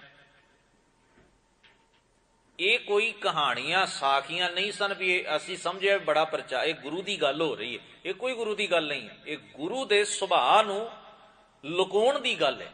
ਜਿਨ ਗੁਰ ਗੋਪਿਆ ਆਪਣਾ ਤੇ ਨਰ ਬੁਰਿਆ। ਫਿਰ ਬਾਣੀ ਦੇ ਇਹਨਾਂ ਪ੍ਰਮਾਣਾਂ ਦਾ ਕੀ ਬਣਿਆ, ਜਿੱਥੇ ਮਹਾਰਾਜ ਕਹਿੰਦੇ ਪਿਛਲੇ ਗੁਨਾਹ ਸਤਿਗੁਰ ਬਖਸ਼ ਲਏ, ਸਤ ਸੰਗਤ ਨਾਲ ਰਲਾਵੇ। ਇਹਦਾ ਕੀ ਬਣਿਆ ਵੀ ਔਗਣ ਕੋ ਨਾ ਚਤਾਰਦਾ, ਗਲ ਸੇਤੀ ਲਾਇਕ, ਵੀ ਔਗਣ ਨਹੀਂ ਚਤਾਰਦਾ, ਸਮਝਾਉਂਦਾ ਹੈ ਬੜੇ ਪਿਆਰ ਨਾਲ। ਕਰ ਉਪਦੇਸ਼ ਝਿੜਕੇ ਬਹੁ ਭਾਂਤੀ, ਬਹੁਰ ਪਿਤਾ ਗਲ ਲਾਵੇ। ਉੱਥੇ ਝਿੜਕਦਾ ਮਤਲਬ ਕੋਈ ਕੁੱਟਮਾਰ ਕਰਨਾ ਜਾਂ ਗਾਲਾਂ ਕੱਢਣੀਆਂ ਨਹੀਂ, ਝਿੜਕਦਾਰ ਤੇ ਬੜੇ ਪਿਆਰ ਨਾਲ ਉਪਦੇਸ਼ ਰੂਪੀ ਝਿੜਕ ਦਿੰਦਾ ਹੈ ਗੁਰੂ। ਕਰ ਉਪਦੇਸ਼ ਝਿੜਕੇ ਬਹੁ ਭਾਂਤੀ, ਉਪਦੇਸ਼ ਰੂਪੀ ਝਿੜਕ ਦੇ ਕੇ ਸਮਝਾਉਂਦਾ ਹੈ ਆਪਣੇ ਸਿੱਖ ਨੂੰ, ਇਵੇਂ ਨਹੀਂ ਕਰਨਾ, ਇਵੇਂ ਕਰਨਾ ਹੈ। ਸਤਿਗੁਰੂ ਸੱਚੇ ਪਾਤਸ਼ਾਹ ਮਹਾਰਾਜ ਦੀ ਸ਼ਬਦ ਦੀ ਭਾਵਨਾ ਨੂੰ ਸਮਝੇ ਬਿਨਾਂ ਨਾ ਅਸੀਂ ਅੱਖਰਾਂ ਵਿੱਚ ਐਸੇ ਕਈ ਵਾਰ ਉਲਝ ਜਾਂਦੇ ਹਾਂ। ਆਪਣੀ ਮਨ ਮਰਜ਼ੀ, ਆਪਣੇ ਮਨ ਦੀ ਗੱਲ ਨੂੰ ਸਿੱਧ ਕਰਨ ਲਈ ਅਸੀਂ ਬਾਣੀ ਦਾ ਪ੍ਰਮਾਣ ਵਰਤਦੇ ਹਾਂ, ਜੋ ਸਾਡੇ ਮਨ 'ਚ ਹੁੰਦਾ ਹੈ। ਸੋ ਸਤਿਗੁਰੂ ਦੇ ਪਿਆਰ ਵਾਲਿਓ, ਗੁਰੂ ਇੰਨਾ ਦਇਆਵਾਨ ਹੈ, ਗੁਰੂ 'ਚ ਅੰਮ੍ਰਿਤ ਹੈ, ਗੁਰੂ 'ਚ ਮਿਠਾਸ ਹੈ। ਗੁਰੂ ਨੇ ਠੱਗਾਂ ਨੂੰ ਗਲ ਨਾਲ ਲਾ ਕੇ ਉਹਨਾਂ ਨੂੰ ਪਿਆਰ ਕੀਤਾ, ਉਹਨਾਂ ਦੇ ਜੀਵਨ ਬਦਲ ਗਏ। ਚੋਰਾਂ ਨੂੰ, ਕਾਤਲਾਂ ਨੂੰ, ਗੁਨਾਹਗਾਰਾਂ ਨੂੰ, ਵਕਾਰਾਂ 'ਚ ਡਿੱਗਿਆ ਹੋਇਆਂ ਨੂੰ ਬੜੇ ਪ੍ਰੇਮ ਸਹਿਤ ਮਹਾਰਾਜ ਜਾ ਕੇ ਸਮਝਾਉਂਦੇ ਹਨ। ਠੀਕ ਉਹਦੇ ਕਰਮ ਮਾੜੇ ਨੇ, ਜੇ ਉਹਨੂੰ ਸਤਿਗੁਰਾਂ ਦੇ ਪਿਆਰ ਨੇ ਬਦਲ ਦਿੱਤਾ ਹੈ, ਸਤਿਗੁਰਾਂ ਦੀ ਦਇਆ ਨੇ ਬਦਲਿਆ, ਕਰੁਣਾ ਨੇ ਬਦਲਿਆ। ਇਹ ਗੱਲ ਸਾਨੂੰ ਭੁੱਲਣੀ ਨਹੀਂ ਚਾਹੀਦੀ।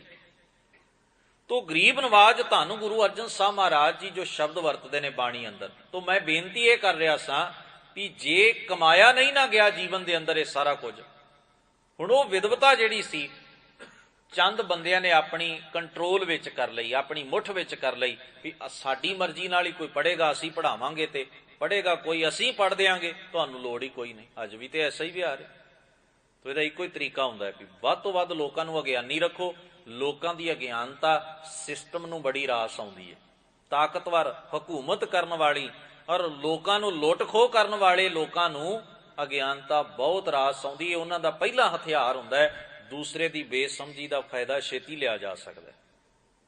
ਇਸ ਕਰਕੇ ਧੰਨ ਗੁਰੂ ਨਾਨਕ ਮਹਾਰਾਜ ਸੱਚੇ ਪਾਤਸ਼ਾਹ ਜਦੋਂ ਆਪਣੀ ਵਿਚਾਰਧਾਰਾ ਦੀ ਗੱਲ ਆਰੰਭ ਕਰਦੇ ਨੇ, ਉਹ ਜਿੱਥੇ ਵੀ ਜਾਂਦੇ ਨੇ ਸੰਵਾਦ ਕਰਦੇ ਨੇ, ਜਿੱਥੇ ਵੀ ਜਾਂਦੇ ਨੇ ਵਿਚਾਰ ਕਰਦੇ ਨੇ, ਹਰ ਇੱਕ ਪ੍ਰਾਣੀ ਮਾਤਰ ਨੂੰ ਸੋਝੀ ਦਿੰਦੇ ਨੇ ਵੀ ਆਪਣੇ ਜੀਵਨ ਨੂੰ ਸੰਭਾਲ, ਆਪਣੇ ਜੀਵਨ ਦੀ ਖੁਦ ਰੱਖਿਆ ਕਰ, ਆਪਣੇ ਜੀਵਨ ਦਾ ਭਲਾ ਲੋਚ, ਇਹਨੂੰ ਸਫਲਿਆਂ ਕਰ ਔਰ ਆਪਣੇ ਅੰਦਰ ਦੀ ਅਗਿਆਨਤਾ ਨੂੰ ਬਾਹਰ ਕੱਢ, ਬੇਸਮਝੀ ਤੋਂ ਮੁਕਤ ਹੋ। ਇਹ ਸਭ ਤੋਂ ਵੱਡਾ ਸਰਾਪ ਹੈ ਤੇਰੇ ਲਈ, ਇਹ ਸਭ ਤੋਂ ਵੱਡਾ ਨਰਕ ਹੈ ਤੇਰੇ ਲਈ, ਮਨ ਦਾ ਬੇਸਮਝ ਹੋਣਾ, ਅਗਿਆਨਤਾ ਵਿੱਚ ਜੀਣਾ।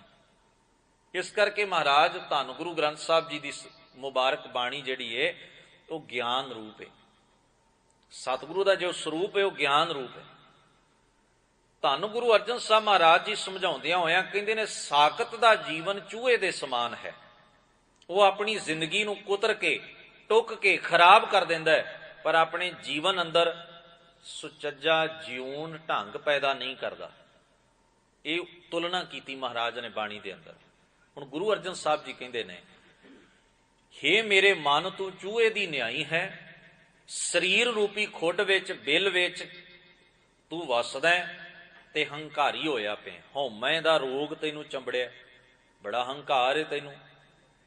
ਹੋ ਸਕਦਾ ਹੰਕਾਰ ਇਸ ਸਰੀਰ ਦੇ ਸੁੰਦਰਤਾ ਦੀ ਗੱਲ ਹੋਵੇ ਵੀ ਸਰੀਰ ਬੜਾ ਮੇਰਾ ਸੋਹਣਾ, ਇਸ ਗੱਲ ਦਾ ਹੰਕਾਰ ਹੋ ਸਕਦਾ ਹੈ। ਤਾਕਤ ਬੜੀ ਹੈ ਮੇਰੇ ਅੰਦਰ, ਇਸ ਗੱਲ ਦਾ ਹੰਕਾਰ ਹੋ ਸਕਦਾ ਹੈ। ਮੇਰੇ ਇਸ ਸਰੀਰ ਨੂੰ ਬੜੀ ਉੱਚੀ ਪਦਵੀ ਮਿਲੀ, ਇਸ ਗੱਲ ਦਾ ਹੰਕਾਰ ਹੋ ਸਕਦਾ ਹੈ। ਮੇਰੀ ਕੁੱਲ ਬੜੀ ਉੱਚੀ, ਮੇਰਾ ਖਾਨਦਾਨ ਬੜਾ ਉੱਚਾ, ਮੈਨੂੰ ਜਾਣਕਾਰੀ ਸੋਝੀ ਪੜ੍ਹਾਈ ਬੜੀ, ਇਸ ਗੱਲ ਦੀ ਹਉਮੈ ਹੋ ਸਕਦੀ ਹੈ। ਮੇਰੇ ਕੋਲ ਦੌਲਤ ਬਹੁਤ ਹੈ, ਇਸ ਤਨ ਨੂੰ ਵਰਤਣ ਵਾਸਤੇ, ਹੰਡਾਉਣ ਵਾਸਤੇ, ਕਿਸੇ ਵੀ ਚੀਜ਼ ਦੀ ਮੈਂ ਸਰੀਰ ਨਾਲ ਬਹੁਤ ਨੇਕੀ ਕਮਾਈ, ਇਹਦੀ ਵੀ ਹਉਮੈ ਹੋ ਸਕਦੀ ਹੈ। ਰੇ ਮਨ ਮੂਸ ਬਿਲਾ ਮੈਂ ਗਰਬਤ, ਅੱਗੇ ਕਹਿੰਦੇ ਕਰਤੱਵ ਕਰਤ ਮਹਾਮੁਗਨਾ। ਕਰਤੱਵ ਦਾ ਅਰਥ ਹੈ ਤੂੰ ਕਰਤੱਵ ਕਰਦਾ, ਜਿੰਨੇ ਵੀ ਕਰਮ ਕਰਦਾ ਮੂਰਖਾਂ ਵਾਲੇ ਕਰਦਾ। ਮੂਰਖ, ਮੁਗਧ ਦਾ ਅਰਥ ਹੁੰਦਾ ਹੈ ਅਗਿਆਨਤਾ ਦਾ ਮੋਹਿਆ ਹੋਇਆ, ਜਿਹੜਾ ਅਗਿਆਨਤਾ ਵਿੱਚ ਜੀਂਦਾ, ਬੇਸਮਝੀ ਦੇ ਵਿੱਚ ਰਹਿੰਦਾ, ਉਹ ਮਨ ਮੁਗਧ ਹੈ ਜਿਹੜਾ ਬੇਸਮਝੀ ਵਾਲਾ ਵਿਹਾਰ ਕਰਦਾ, ਬੇਸਮਝ ਹੈ। ਸਤਿਗੁਰੂ ਜੀ ਕਹਿੰਦੇ ਨੇ ਰੇ ਮਨ ਮੂਸ ਬਿਲਾ ਮੈਂ ਗਰਬਤ, ਕਰਤੱਵ ਕਰਤ ਮਹਾਮੁਗਨਾ ਸੰਪਤ ਦੋਲ। ਸੰਪਤ ਦਾ ਅਰਥ ਹੁੰਦਾ ਹੈ ਧਨ, ਸੰਪਤ ਦਾ ਅਰਥ ਵੈਸੇ ਤੇ ਪਦਵੀ ਹੈ, ਐਸ਼ਵਰਿਆ, ਤਾਕਤ। ਦਾਤਾਰ ਜੀ ਆਖਦੇ ਨੇ ਬਹੁਤ ਉੱਚੀ ਪਦਵੀ, ਦੌਲਤ, ਪਦਾਰਥ, ਇਹ ਸਭ ਕੁਝ ਤੇਰੇ ਕੋਲ ਹੈ। ਸੰਪਤ ਦੋਲ, ਇਹ ਦੌਲਤ ਦੇ ਪੰਘੂੜੇ ਵਿੱਚ ਤੂੰ ਬੈਠਾ, ਝੂਲਣੇ ਵਿੱਚ ਬੈਠਾ।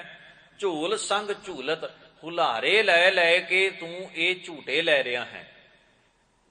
ਫਿਰ ਗੌਰ ਕਰਨਾ, ਦੌਲਤ ਦੇ ਪੰਘੂੜੇ ਵਿੱਚ ਬੈਠਾ ਹੋਇਆ, ਹੁਲਾਰੇ ਲੈ ਲੈ ਕੇ ਤੂੰ ਝੂਟੇ ਲੈ ਰਿਹਾ ਹੈ, ਭਾਵ ਦੌਲਤ ਦੇ ਚਸਕਿਆਂ ਦਾ ਤੂੰ ਆਨੰਦ ਲੈ ਰਿਹਾ। ਆਪਣੇ ਅੰਦਰ ਵਿਕਾਰਾਂ ਦੇ ਚਸਕਿਆਂ ਦਾ ਸਵਾਦ ਲੈ ਰਿਹਾ ਤੂੰ, ਤੈਨੂੰ ਬੜਾ ਆਨੰਦ ਆ ਰਿਹਾ। ਜਿਵੇਂ ਕੋਈ ਝੂਲੇ ਤੇ ਬੈਠਾ ਨਿੱਕੇ ਨਿੱਕੇ ਹੁਲਾਰੇ ਲੈ ਕੇ ਝੂਟੇ ਲੈ ਰਿਹਾ ਹੋਵੇ ਤੇ ਉਹਦੇ ਸਰੀਰ ਨੂੰ ਇੱਕ ਮਸਤੀ ਜਿਹੀ ਚੜ ਜਾਂਦੀ, ਆਲਸ ਜਿਹਾ ਆ ਜਾਂਦਾ ਝੂਟੇ ਲੈਂਦਿਆਂ ਲੈਂਦਿਆਂ। ਕਈ ਲੋਕ ਸਫ਼ਰ 'ਚ ਸੌਂ ਜਾਂਦੇ ਨੇ ਨਾ, ਬੜੀ ਛੇਤੀ ਬਹਿਣਗੇ, ਗੱਡੀ ਚੱਲਣ ਲੱਗੀ ਬਸ ਸੌਂ ਜਾਣਗੇ, ਕਿਉਂਕਿ ਝੂਟੇ ਆਉਂਦੇ ਨੇ, ਸਰੀਰ ਨੂੰ ਵਾਈਬ੍ਰੇਟ ਹੁੰਦਾ ਹੈ ਸਰੀਰ, ਔਰ ਉਹਦੇ ਨਾਲ ਉਹਨਾਂ ਨੂੰ ਨੀਂਦ ਆਉਣੀ ਸ਼ੁਰੂ ਹੋ ਜਾਂਦੀ ਹੈ, ਭਾਵ ਮਸਤ ਹੋ ਗਏ। ਸਤਿਗੁਰੂ ਜੀ ਕਹਿੰਦੇ ਨੇ ਆਲਸ ਵਿਆਪ ਗਿਆ ਸਰੀਰ ਨੂੰ।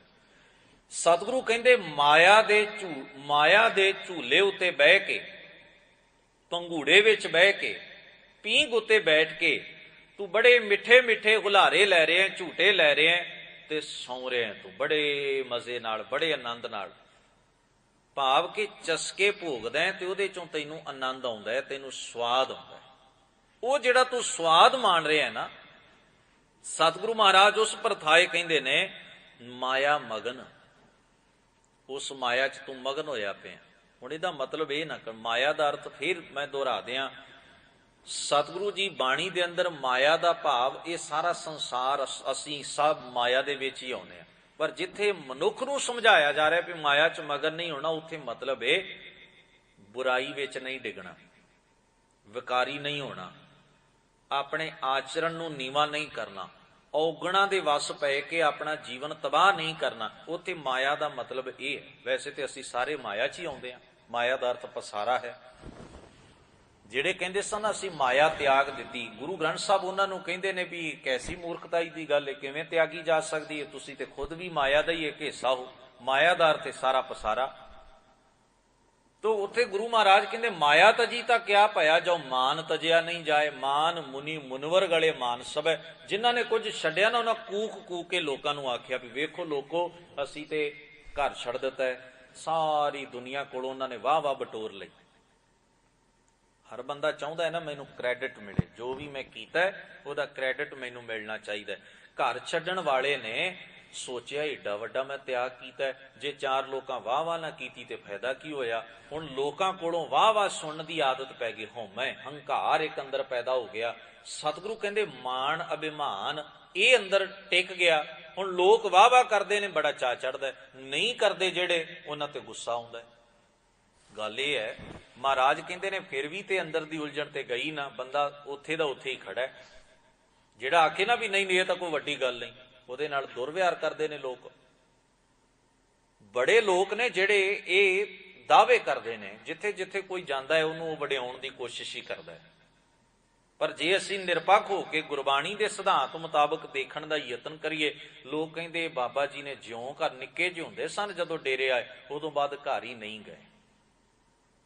ਤੋ ਉਹਨਾਂ ਦੀ ਉਸ ਗੱਲ ਨੂੰ ਬਹੁਤ ਵੱਡੀ ਗੱਲ ਸਮਝਦੇ ਨੇ ਵੀ ਇਹ ਧਰਮ ਦੀ ਦੁਨੀਆ ਦਾ ਸਭ ਤੋਂ ਵੱਡਾ ਕੰਮ ਇਹਨਾਂ ਨੇ ਕੀਤਾ, ਜਿਉਂ ਘਰ ਛੱਡਿਆ ਵਾਪਸ ਨਹੀਂ ਗਏ। ਕੀ ਫਰਕ ਪਿਆ? ਹੋ ਸਕਦਾ ਮਾਂ ਵਿਲਕਦੀ ਰਹੀ ਹੋਵੇ ਵੀ ਆ ਜਾਏ ਕਦੇ ਘਰੇ, ਇਹ ਵੀ ਮੇਰਾ ਪੁੱਤਰ ਹੈ, ਜਿਵੇਂ ਬਾਕੀ ਦੇ ਧੀ ਪੁੱਤਰ ਨੇ, ਕਦੇ ਘਰੇ ਆਵੇ, ਮੈਂ ਆਪਣੇ ਹੱਥੀਂ ਉਹਨੂੰ ਰੋਟੀ ਖਵਾਵਾਂ, ਮੇਰੇ ਕੋਲ ਆ ਕੇ ਦੁੱਖ ਸੁੱਖ ਫੋੜੇ। ਉਹ ਤੇ ਵਿਲਕਦੀ ਰਹੀ, ਉਹ ਆਪਣਾ ਪ੍ਰਣ ਪੂਰਾ ਕਰਦਾ ਰਿਹਾ ਵੀ ਮੈਂ ਤਾਂ ਜਾਣਾ ਹੀ ਨਹੀਂ, ਮੈਂ ਤਾਂ ਤਿਆਗੀ ਹੋ ਗਿਆ। ਹੁਣ ਇਹਨੂੰ ਉਹਦੇ ਚੇਲੇ ਕਹਿੰਦੇ ਨੇ ਵੀ ਬਹੁਤ ਵੱਡਾ ਕੰਮ ਹੈ, ਜਿਉਂ ਇਹਨਾਂ ਘਰ ਛੱਡਿਆ ਵਾਪਸ ਨਹੀਂ ਗਏ। ਹੁਣ ਤੁਸੀਂ ਅੰਦਾਜ਼ਾ ਲਾਓ ਵੀ ਇਹਦੇ ਚ ਵਡਿਆਈ ਵਾਲੀ ਕਿਹੜੀ ਗੱਲ ਹੈ? ਉਹਦੀ ਮਰਜ਼ੀ ਹੈ, ਜਾਵੇ ਨਾ ਜਾਵੇ, ਇਹਦੇ ਨਾਲ ਧਰਮ ਦਾ ਤਾਂ ਕੋਈ ਫਾਇਦਾ ਨਹੀਂ। ਸਾਡਾ ਕੀ ਫਾਇਦਾ ਇਹਦੇ ਨਾਲ? ਜੋ ਚਲੇ ਜਾਂਦਾ ਤੇ ਸਾਡਾ ਕੀ ਨੁਕਸਾਨ ਸੀ? ਕਿਹੜੀ ਮਰਿਆਦਾ ਟੁੱਟਦੀ ਸੀ ਧਰਮ ਦੇ ਨਾਲ? ਧਰਮ ਦੀ ਜੇ ਉਹ ਘਰੇ ਚਲਿਆ ਵੀ ਜਾਂਦਾ ਗਾਏ ਬਗਾਏ ਤੇ ਧਰਮ ਨੂੰ ਕੀ ਖਤਰਾ ਪੈ ਜਾਣਾ ਸੀ ਇਹਦੇ ਨਾਲ? ਪਰ ਨਹੀਂ, ਉਹ ਆਪਣੀ ਇਸ ਗੱਲ ਦਾ ਵੀ ਕ੍ਰੈਡਿਟ ਲੈਂਦਾ ਵੀ ਕਿੱਡਾ ਵੱਡਾ ਮੈਂ ਤਿਆਗ ਕੀਤਾ ਹੈ। ਉਸ ਤਿਆਗ ਦੇ ਬਦਲੇ ਚ ਕਿੰਨੇ ਲੋਕ ਉਹਦੀ ਪੂਜਾ ਕਰਨ ਵਾਲੇ ਨੇ, ਕਿੰਨੇ ਵਾਹ ਵਾਹ ਕਰਨ ਵਾਲੇ ਨੇ, ਕਿੰਨੇ ਉਹਨੂੰ ਮੱਥੇ ਟੇਕਣ ਵਾਲੇ, ਭੇਟਾ ਦੇਣ ਵਾਲੇ, ਕਿੰਨੀ ਰਿਸਪੈਕਟ ਮਿਲ ਰਹੀ ਹੈ ਕੇਵਲ ਇਸ ਗੱਲ ਦੀ ਵਜ੍ਹਾ ਕਰਕੇ। ਤੇ ਜੇ ਕੋਈ ਇੱਕ ਸੱਜਣ ਉੱਠ ਕੇ ਕਹਿ ਦੇ ਨਾ ਵੀ ਇਹਦੇ ਨਾਲ ਤਾਂ ਕੋਈ ਫਰਕ ਨਹੀਂ ਪੈਂਦਾ, ਇਹ ਤਾਂ ਕੋਈ ਬਹੁਤੀ ਵੱਡੀ ਗੱਲ ਨਹੀਂ, ਤੁਸੀਂ ਵੇਖੋ ਉਹਦੇ ਨਾਲ ਕੈਸਾ ਵਿਹਾਰ ਹੁੰਦਾ, ਤਾਂ ਕੀ ਛੁੱਟਿਆ? ਉਸ ਚੀਜ਼ ਦਾ ਕ੍ਰੈਡਿਟ ਵਾਹ ਵਾਹ ਦੇ ਵਿੱਚ ਲੈ ਲਿਆ, ਹੰਕਾਰ ਨੂੰ ਪੱਠੇ ਪੈ ਗਏ, ਖੁਰਾਕ ਮਿਲ ਗਈ, ਕੁਝ ਨਾ ਕੁਝ ਤੇ ਲੈਣਾ ਹੀ ਸੀ ਨਾ। ਇੱਕ ਨੇ ਘਰ ਵਿੱਚ ਰਹਿ ਕੇ ਸਰੀਰਕ ਸਹੂਲਤ ਸੁੱਖ ਮੰਨ ਲਿਆ, ਇੱਕ ਨੇ ਘਰ ਛੱਡ ਕੇ ਬਾਹਰੀ ਤੌਰ ਤੇ ਸਰੀਰਕ ਸਹੂਲਤ ਤੇ ਮਾਨਸਿਕ ਵਾਹ ਵਾਹ ਦਾ ਠੁਮਣਾ ਆਪਣੇ ਆਪ ਨੂੰ ਦੇ ਲਿਆ। ਫਰਕ ਕੀ ਹੈ ਦੋਵਾਂ 'ਚ? ਤੋ ਕ੍ਰੈਡਿਟ ਲੈਂਦੀ ਹੈ ਦੁਨੀਆ ਇਹਨਾਂ ਨਿੱਕੇ ਨਿੱਕੇ ਕੰਮਾਂ ਦਾ। ਕੋਈ ਭੁੱਖਾ ਵਰਤ ਰੱਖਦਾ ਹੈ, ਉਹਦਾ ਫਾਇਦਾ ਲੈਂਦਾ ਹੈ, ਉਹ ਵੀ ਸੰਸਾਰਕ ਤੌਰ ਤੇ। ਤਾਂ ਗੁਰੂ ਗ੍ਰੰਥ ਸਾਹਿਬ ਮਹਾਰਾਜ ਆਖਦੇ ਨੇ ਇਹਦੇ ਨਾਲ ਧਰਮ ਨੂੰ ਜਾਂ ਰੱਬ ਨੂੰ ਕੀ ਫਰਕ ਪਿਆ? ਸਮਝਣ ਵਾਲੀ ਗੱਲ ਹੈ। ਜਾਂ ਤੈਨੂੰ ਆਪਣੇ ਆਪ ਨੂੰ ਕੀ ਫਰਕ ਪਿਆ, ਇਹ ਸਮਝਣ ਵਾਲੀ ਗੱਲ ਹੈ। ਤੋ ਐਸੇ ਕਰਮਾਂ ਨੂੰ ਗੁਰਮਤਿ ਨੇ ਮਨ ਹੱਠ ਆਖਿਆ ਔਰ ਇਹਨਾਂ ਨੂੰ ਕਿਹਾ ਵੀ ਇਹਦੇ ਨਾਲ ਕੋਈ ਫਰਕ ਨਹੀਂ ਪੈਂਦਾ। ਇਹ ਲੋਕ ਐਸੇ ਕਰਮ, ਇਹਨੂੰ ਉਹ ਮਾਇਆ ਦਾ ਤਿਆਗ ਕਹਿੰਦੇ ਨੇ ਵੀ ਘਰ ਛੱਡਿਆ ਮਾਇਆ ਤਿਆਗੀ ਹੈ, ਖਾਣਾ ਪੀਣਾ ਪਹਿਨਣਾ ਛੱਡਿਆ ਮਾਇਆ ਤਿਆਗੀ। ਇੱਕ ਸ਼ਬਦ ਬੜਾ ਕੀਮਤੀ ਮਹਾਰਾਜ ਦੀ ਬਾਣੀ ਦਾ, ਭਗਤ ਕਬੀਰ ਸਾਹਿਬ ਜੀ ਦਾ ਹੈ। ਉਹ ਕਹਿੰਦੇ ਗ੍ਰੇਤ ਅਜ ਮਨ ਖੰਡ ਜਾਈਐ ਚੁੰਨ ਖਾਈਐ ਕੰਦਾ ਅਜੋਂ ਬਿਕਾਰ ਨਾ ਛੋਡਈ ਪਾਪੀ ਮਨ ਮੰਦਾ ਕਿਉਂ ਛੂਟੋਂ ਕੈਸੇ ਤਰੋਂ ਭਵਜਲ ਨਿਧ ਭਾਰੀ ਰਾਖ ਰਾਖ ਮੇਰੇ ਬੀਠੁਲਾ ਜਨ ਸ਼ਰਨ ਤੁਮਾਰੀ ਬਿਖੈ ਬਿਖੈ ਕੀ ਬਾਸ਼ਨਾ ਤਜੀ ਨਾ ਜਾਈ ਅਨਕ ਜਤਨ ਕਰ ਰਾਖੀਐ ਫਿਰ ਲਪਟਾਈ। ਹੁਣ ਇਹ ਜਦੋਂ ਸਿੱਖ ਆਪਣੇ ਮੂੰਹ ਤੋਂ ਇਹੋ ਜਿਹੀਆਂ ਹੀਣੀਆਂ ਜਿਹੀਆਂ ਗੱਲਾਂ ਦੀ ਵਡਿਆਈ ਤੇ ਸਲਾਹੁਤ ਕਰਦਾ ਹੈ ਨਾ ਵੀ ਫਲਾਣੇ ਨੇ ਐਵੇਂ ਕੀਤਾ, ਉਹ ਭੁੱਲ ਜਾਂਦਾ ਹੈ ਵੀ ਉਹਦੇ ਗੁਰੂ ਸਾਹਿਬਾਨ ਨੇ ਉਹਨੂੰ ਕਿਹੋ ਜਿਹਾ ਜੀਵਨ ਆਦਰਸ਼ ਦਿੱਤਾ ਹੈ, ਉਹ ਭੁੱਲ ਜਾਂਦਾ। ਧੰਨ ਗੁਰੂ ਨਾਨਕ ਮਹਾਰਾਜ ਆਪਣੇ ਘਰ ਤੋਂ ਗਏ ਜ਼ਰੂਰ ਸਨ, ਪਰ ਵਾਪਸ ਆਪਣੇ ਘਰ ਹੀ ਆਏ ਸਨ। ਉਹ ਇੱਕ ਜ਼ਿੰਮੇਵਾਰੀ ਨਿਭਾਉਣ ਗਏ ਸਨ, ਬੜੇ ਪਿਆਰ ਨਾਲ, ਪਿਆਰ ਦੀ ਪਰਿਵਾਰ ਦੀ ਸਹਿਮਤੀ ਨਾਲ ਉਹਨਾਂ ਨੂੰ ਮਿਲ ਕੇ, ਉਹਨਾਂ ਦੀ ਰਜ਼ਾਮੰਦੀ ਨਾਲ ਆਪਣੇ ਘਰੋਂ ਗਏ, ਔਰ ਉਹਨਾਂ ਨੂੰ ਧਿਆਨ ਸੀ ਬਰਾਬਰ ਆਪਣੇ ਬਜ਼ੁਰਗ ਮਾਤਾ ਪਿਤਾ ਦਾ, ਉਹਨਾਂ ਨੂੰ ਧਿਆਨ ਸੀ ਬਰਾਬਰ ਆਪਣੇ ਪਰਿਵਾਰ ਦਾ। ਸਤਿਗੁਰੂ ਸੱਚੇ ਪਾਤਸ਼ਾਹ ਜਾਂਦੇ ਨੇ, ਪਰ ਘਰ ਤੋਂ ਨਾਤਾ ਤੋੜ ਕੇ ਨਹੀਂ, ਪਰਿਵਾਰ ਤੋਂ ਨਾਤਾ ਤੋੜ ਕੇ ਨਹੀਂ, ਬਲਕਿ ਜਗਤ ਦੇ ਭਲੇ ਵਾਸਤੇ, ਮਨੁੱਖਤਾ ਦੇ ਭਲੇ ਵਾਸਤੇ। ਪਰ ਉਹ ਅਖੌਤੀ ਤਿਆਗੀਆਂ ਵਾਂਗ ਨਹੀਂ ਜਾਂਦੇ, ਉਹ ਜਦੋਂ ਆਉਂਦੇ ਨੇ ਵਾਪਸ ਆਪਣੇ ਘਰ ਵਿੱਚ ਹੀ ਆਉਂਦੇ ਨੇ, ਛੱਡ ਕੇ ਕਿਧਰੇ ਨਹੀਂ ਗਏ ਕੁਝ ਵੀ। ਤੋ ਗੁਰੂ ਨਾਨਕ ਮਹਾਰਾਜ ਸੰਸਾਰ ਦੇ ਸੱਚੇ ਤਿਆਗੀ ਨੇ, ਜਿਨ੍ਹਾਂ ਨੇ ਮੋਹ ਤਿਆਗਿਆ, ਜਿਨ੍ਹਾਂ ਨੇ ਲੋਭ ਤਿਆਗਿਆ, ਜਿਨ੍ਹਾਂ ਨੇ ਮਨੁੱਖਤਾ ਨੂੰ ਇਹ ਸੇਧ ਦਿੱਤੀ ਹੈ ਵੀ ਅਸੀਂ ਆਪਣੇ ਜੀਵਨ ਦਾ ਸਮਾਂ ਜਿਹੜਾ ਹੈ ਉਹ ਲੋਕਾਂ ਲਈ ਇਸ ਕਰਕੇ ਖਰਚ ਕਰ ਰਹੇ ਹਾਂ ਵੀ ਕੋਈ ਹੋਰ ਵੀ ਸੱਚ ਧਰਮ ਦੇ ਰਾਹ ਦਾ ਪਾਂਧੀ ਬਣ ਸਕੇ, ਪਰ ਸਾਨੂੰ ਆਪਣੇ ਪਰਿਵਾਰ ਵਿੱਚ ਰਹਿ ਕੇ ਧਰਮ ਕਮਾਉਣ ਵਿੱਚ ਕੋਈ ਨੁਕਸਾਨ ਨਜ਼ਰ ਨਹੀਂ ਆਉਂਦਾ। ਇਸ ਕਰਕੇ ਜੋਗੀਆਂ ਤੇ ਸਿੱਧਾਂ ਦੇ ਸਾਹਮਣੇ ਮਹਾਰਾਜ ਨੇ ਗ੍ਰਸਤੀ ਜੀਵਨ ਦੀ, ਸਮਾਜਿਕ ਜੀਵਨ ਦੀ ਵਕਾਲਤ ਕੀਤੀ। ਆਖਿਆ ਸਮਾਜ ਵਿੱਚ ਰਹਿਣਾ ਕੋਈ ਗੁਨਾਹ ਨਹੀਂ ਹੈ ਵੀ ਤੁਸੀਂ ਸਮਾਜ ਛੱਡ ਕੇ ਭੱਜ ਗਏ ਤੇ ਇਹਦਾ ਮਤਲਬ ਹੈ ਤੁਸੀਂ ਇਹ ਕਹਿ ਲਿਆ ਵੀ ਨਹੀਂ ਜੀ ਇਹ ਤਾਂ ਮਾਇਆ, ਇਹਦੇ ਤੋਂ ਦੂਰ ਰਹਿਣ। ਨਹੀਂ, ਇਹਨਾਂ ਲੋਕਾਂ ਕੋਲ ਜਦੋਂ ਤੁਹਾਨੂੰ ਭੁੱਖ ਲੱਗਦੀ ਇਹਨਾਂ ਘਰੋਂ ਹੀ ਲੈਣ ਵਾਸਤੇ ਜਾਂਦੇ ਹੋ ਨਾ, ਤਨ ਨੂੰ ਪਹਿਨਣ ਵਾਸਤੇ ਆ ਜਿਹੜੇ ਭਗਵੇਂ ਤਰ੍ਹਾਂ ਤਰ੍ਹਾਂ ਦੇ ਕੱਪੜੇ ਪਾਏ ਨੇ, ਇਹ ਗ੍ਰਸਤੀਆਂ ਨੇ ਪੈਦਾ ਕੀਤੇ ਨੇ, ਤੇ ਉਹਨਾਂ ਕਿਰਤੀਆਂ ਦੇ ਘਰਾਂ ਚੋਂ ਹੀ ਇਹ ਸਾਰਾ ਕੁਝ ਲੈ ਕੇ ਤੁਸੀਂ ਆਪਣਾ ਡੰਗ ਸਾਰਦੇ ਹੋ, ਸਮਾਂ ਟਪਾਉਂਦੇ ਹੋ, ਲੋੜਾਂ ਪੂਰੀਆਂ ਕਰਦੇ ਹੋ। ਮਹਾਰਾਜ ਉਹਨਾਂ ਨੂੰ ਸਮਝਾਉਂਦੇ ਵੀ ਉਹਨਾਂ ਨਾਲ ਨਫ਼ਰਤ ਕਿਉਂ ਕਰਦੇ ਹੋ, ਉਹਨਾਂ ਨੂੰ ਬੁਰਾ ਕਿਉਂ ਕਹਿੰਦੇ ਹੋ, ਇਹ ਤੁਹਾਡੀ ਮਰਜ਼ੀ ਹੈ ਤੁਸੀਂ ਕਿਵੇਂ ਜੀਣਾ, ਪਰ ਇਹਨੂੰ ਤੁਸੀਂ ਧਰਮ ਦਾ ਹਿੱਸਾ ਨਾ ਮੰਨੋ, ਇਹ ਧਰਮ ਨਹੀਂ ਹੈ ਜਿਹੜਾ ਤੁਸੀਂ ਕਹਿ ਰਹੇ ਹੋ। ਪਰ ਹੈਰਾਨ ਹੋਈਦਾ ਅੱਜ ਸਿੱਖ ਵੀ ਉੱਥੇ ਹੀ ਖੜਾ ਹੈ, ਸਿੱਖ ਵੀ ਅੱਜ ਉਸੇ ਚੀਜ਼ ਦੀ ਵਕਾਲਤ ਉੱਤੇ ਹੀ ਸਾਰਾ ਜ਼ੋਰ ਲਾ ਕੇ ਬੈਠਾ ਹੋਇਆ ਹੈ। ਗੁਰੂ ਮਹਾਰਾਜ ਮਿਹਰ ਕਰਨ, ਸੱਚੇ ਪਾਤਸ਼ਾਹ ਆਖਦੇ ਨੇ ਮਾਇਆ ਵਿੱਚ ਤੂੰ ਮਗਨ ਹੈ, ਭਾਵ ਮੰਦੇ ਪਾਸੇ ਦੀ ਤੇਰੇ ਅੰਦਰ ਲਗਨ ਲੱਗ ਗਈ ਏ, ਤੂੰ ਲੋਭੀ, ਮੋਹਵਸ, ਹੰਕਾਰੀ ਹੋਇਆ, ਕ੍ਰੋਧੀ ਹੋਇਆ, ਈਰਖਾਲੂ ਤੇ ਨਫ਼ਰਤ ਵਿੱਚ ਜੀ ਰਿਹਾ ਹੈ। ਤੂੰ ਆਪਣੇ ਅੰਦਰ ਦੀ ਹਵਸ ਇੰਨੀ ਵਧਾ ਲਈ ਹੈ ਵੀ ਦੂਜਿਆਂ ਨੂੰ ਤਕਲੀਫ ਦਿੰਦਾ ਹੈ ਤੇਰਾ ਵਿਹਾਰ। ਮਹਾਰਾਜ ਇਹਨੂੰ ਕਹਿੰਦੇ ਨੇ ਮਾਇਆ ਵਿੱਚ ਮਗਨ ਹੋਣਾ, ਮੰਦੇ ਪਾਸੇ ਦੀ ਲਗਨ ਲਾਉਣੀ, ਚਸਕੇ ਭੋਗਣੇ, ਵਿਕਾਰੀ ਹੋਣਾ। ਤੋ ਦਾਤਾ ਜੀ ਆਖਦੇ ਨੇ ਭ੍ਰਮਤ ਘੁਗਨਾ, ਉੱਲੂਆਂ ਵਾਂਗ ਚਾਰ ਸ਼ਫੇਰੇ। ਘੁੱਗੂ ਕਹਿੰਦੇ ਹਨ ਉੱਲੂ ਨੂੰ, ਘੁਗਨਾ ਉੱਲੂਆਂ ਦੀ ਨਿਆਈ ਤੋਂ ਭਟਕ ਰਹੇ ਚਾਰ ਸ਼ਫੇਰੇ। ਸਤਿਗੁਰੂ ਮਹਾਰਾਜ ਪ੍ਰਤੀਕ ਵਰਦੇ ਨੇ ਵੀ ਉੱਲੂਆਂ ਵਾਂਗ ਤੂੰ ਚਾਰ ਸਵੇਰੇ ਹਨੇਰੇ ਵਿੱਚ ਹੀ ਭਟਕ ਰਿਹਾ, ਜਿਵੇਂ ਉਹਨੂੰ ਹਨੇਰੇ 'ਚ ਹੀ ਦਿਸਦਾ ਨਾ, ਜਦੋਂ ਸੂਰਜ ਦੀ ਰੋਸ਼ਨੀ ਪੈਂਦੀ ਹੈ ਤੇ ਉਹ ਦਬਕ ਕੇ ਬੈਠ ਜਾਂਦਾ, ਉਦੋਂ ਉਹ ਨਹੀਂ ਬਾਹਰ ਨਿਕਲਦਾ, ਜਦੋਂ ਹਨੇਰਾ ਹੁੰਦਾ ਉਦੋਂ ਬਾਹਰ ਨਿਕਲਦਾ। ਭਾਵ ਤੂੰ ਅਗਿਆਨਤਾ 'ਚ ਹੀ ਰਹਿਣਾ ਸਿੱਖ ਗਿਆ, ਤੂੰ ਸੋਝੀ ਦੇ ਨਾਲ, ਸਮਝ ਦੇ ਨਾਲ ਚੰਗਾ ਵਿਹਾਰ ਨਹੀਂ ਕਰਦਾ, ਤੂੰ ਅਗਿਆਨਤਾ ਵਾਲਾ ਹੀ ਵਿਹਾਰ ਕਰਦਾ, ਬੇਸਮਝੀ ਵਾਲੇ ਕਰਮ ਕਰਦਾ। ਇਸ ਕਰਕੇ ਹਜ਼ੂਰ ਕਹਿੰਦੇ ਨੇ ਉੱਲੂ ਵਾਲੀ ਬਿਰਤੀ ਤੇਰੇ ਅੰਦਰ ਪੈਦਾ ਹੋ ਗਈ, ਹਨੇਰਾ ਹੀ ਹਨੇਰਾ ਚਾਹੁੰਦਾ ਤੂੰ, ਚਾਰ ਸ਼ਫੇਰੇ ਅਗਿਆਨਤਾ ਦੇ ਹੀ ਕਰਮ ਕਰਨੇ ਲੋਚਦਾ ਤੂੰ। ਦਾਤਾ ਜੀ ਆਖਦੇ ਨੇ ਸੰਪਤ ਦੋਲ ਝੂਲ ਸੰਗ ਝੂਲਤ, ਮਾਇਆ ਮਗਨ ਭ੍ਰਮਤ ਘੁਗਨਾ। ਔਰ ਅੱਗੇ ਸ਼ਬਦ ਵਰਤਿਆ ਸੁਤ ਬਨਤਾ ਸਾਜਨ ਸੁਖ ਬੰਧਪ। ਪੁੱਤਰ, ਇਸਤਰੀ, ਮਿੱਤਰ, ਰਿਸ਼ਤੇਦਾਰ, ਇਹਨਾਂ ਸਾਰਿਆਂ ਦਾ ਸੁਖ ਤਾਂ ਸਿਉ ਮੋਹ ਵਡਿਓ ਸੋ ਕਨਾ। ਇਹਨਾਂ ਦੇ ਨਾਲ ਜਿਹੜਾ ਤੂੰ ਮੋਹ ਵਧਾ ਲਿਆ ਬਹੁਤ ਜ਼ਿਆਦਾ। ਹੁਣ ਇਹ ਜੋ ਬਚਨ ਗੁਰੂ ਅਰਜਨ ਸਾਹਿਬ ਨੇ ਕਿਹਾ ਕਿ ਪੁੱਤਰ ਹੈ, ਇਸਤਰੀ ਹੈ, ਪਤਨੀ ਹੈ ਘਰ ਅੰਦਰ, ਇਸਤਰੀ ਹੈ, ਇਸਤਰੀ ਮਾਂ ਦੇ ਰੂਪ ਵਿੱਚ ਵੀ ਹੋ ਸਕਦੀ ਹੈ, ਭੈਣ ਦੇ ਧੀ ਦੇ ਰੂਪ ਵਿੱਚ ਵੀ ਹੋ ਸਕਦੀ ਹੈ, ਔਰ ਪਤਨੀ ਦੇ ਰੂਪ ਵਿੱਚ ਵੀ ਹੋ ਸਕਦੀ ਹੈ। ਬਨਤਾ, ਬਨਤਾ ਦਾ ਅਰਥ ਇਸਤਰੀ ਹੈ।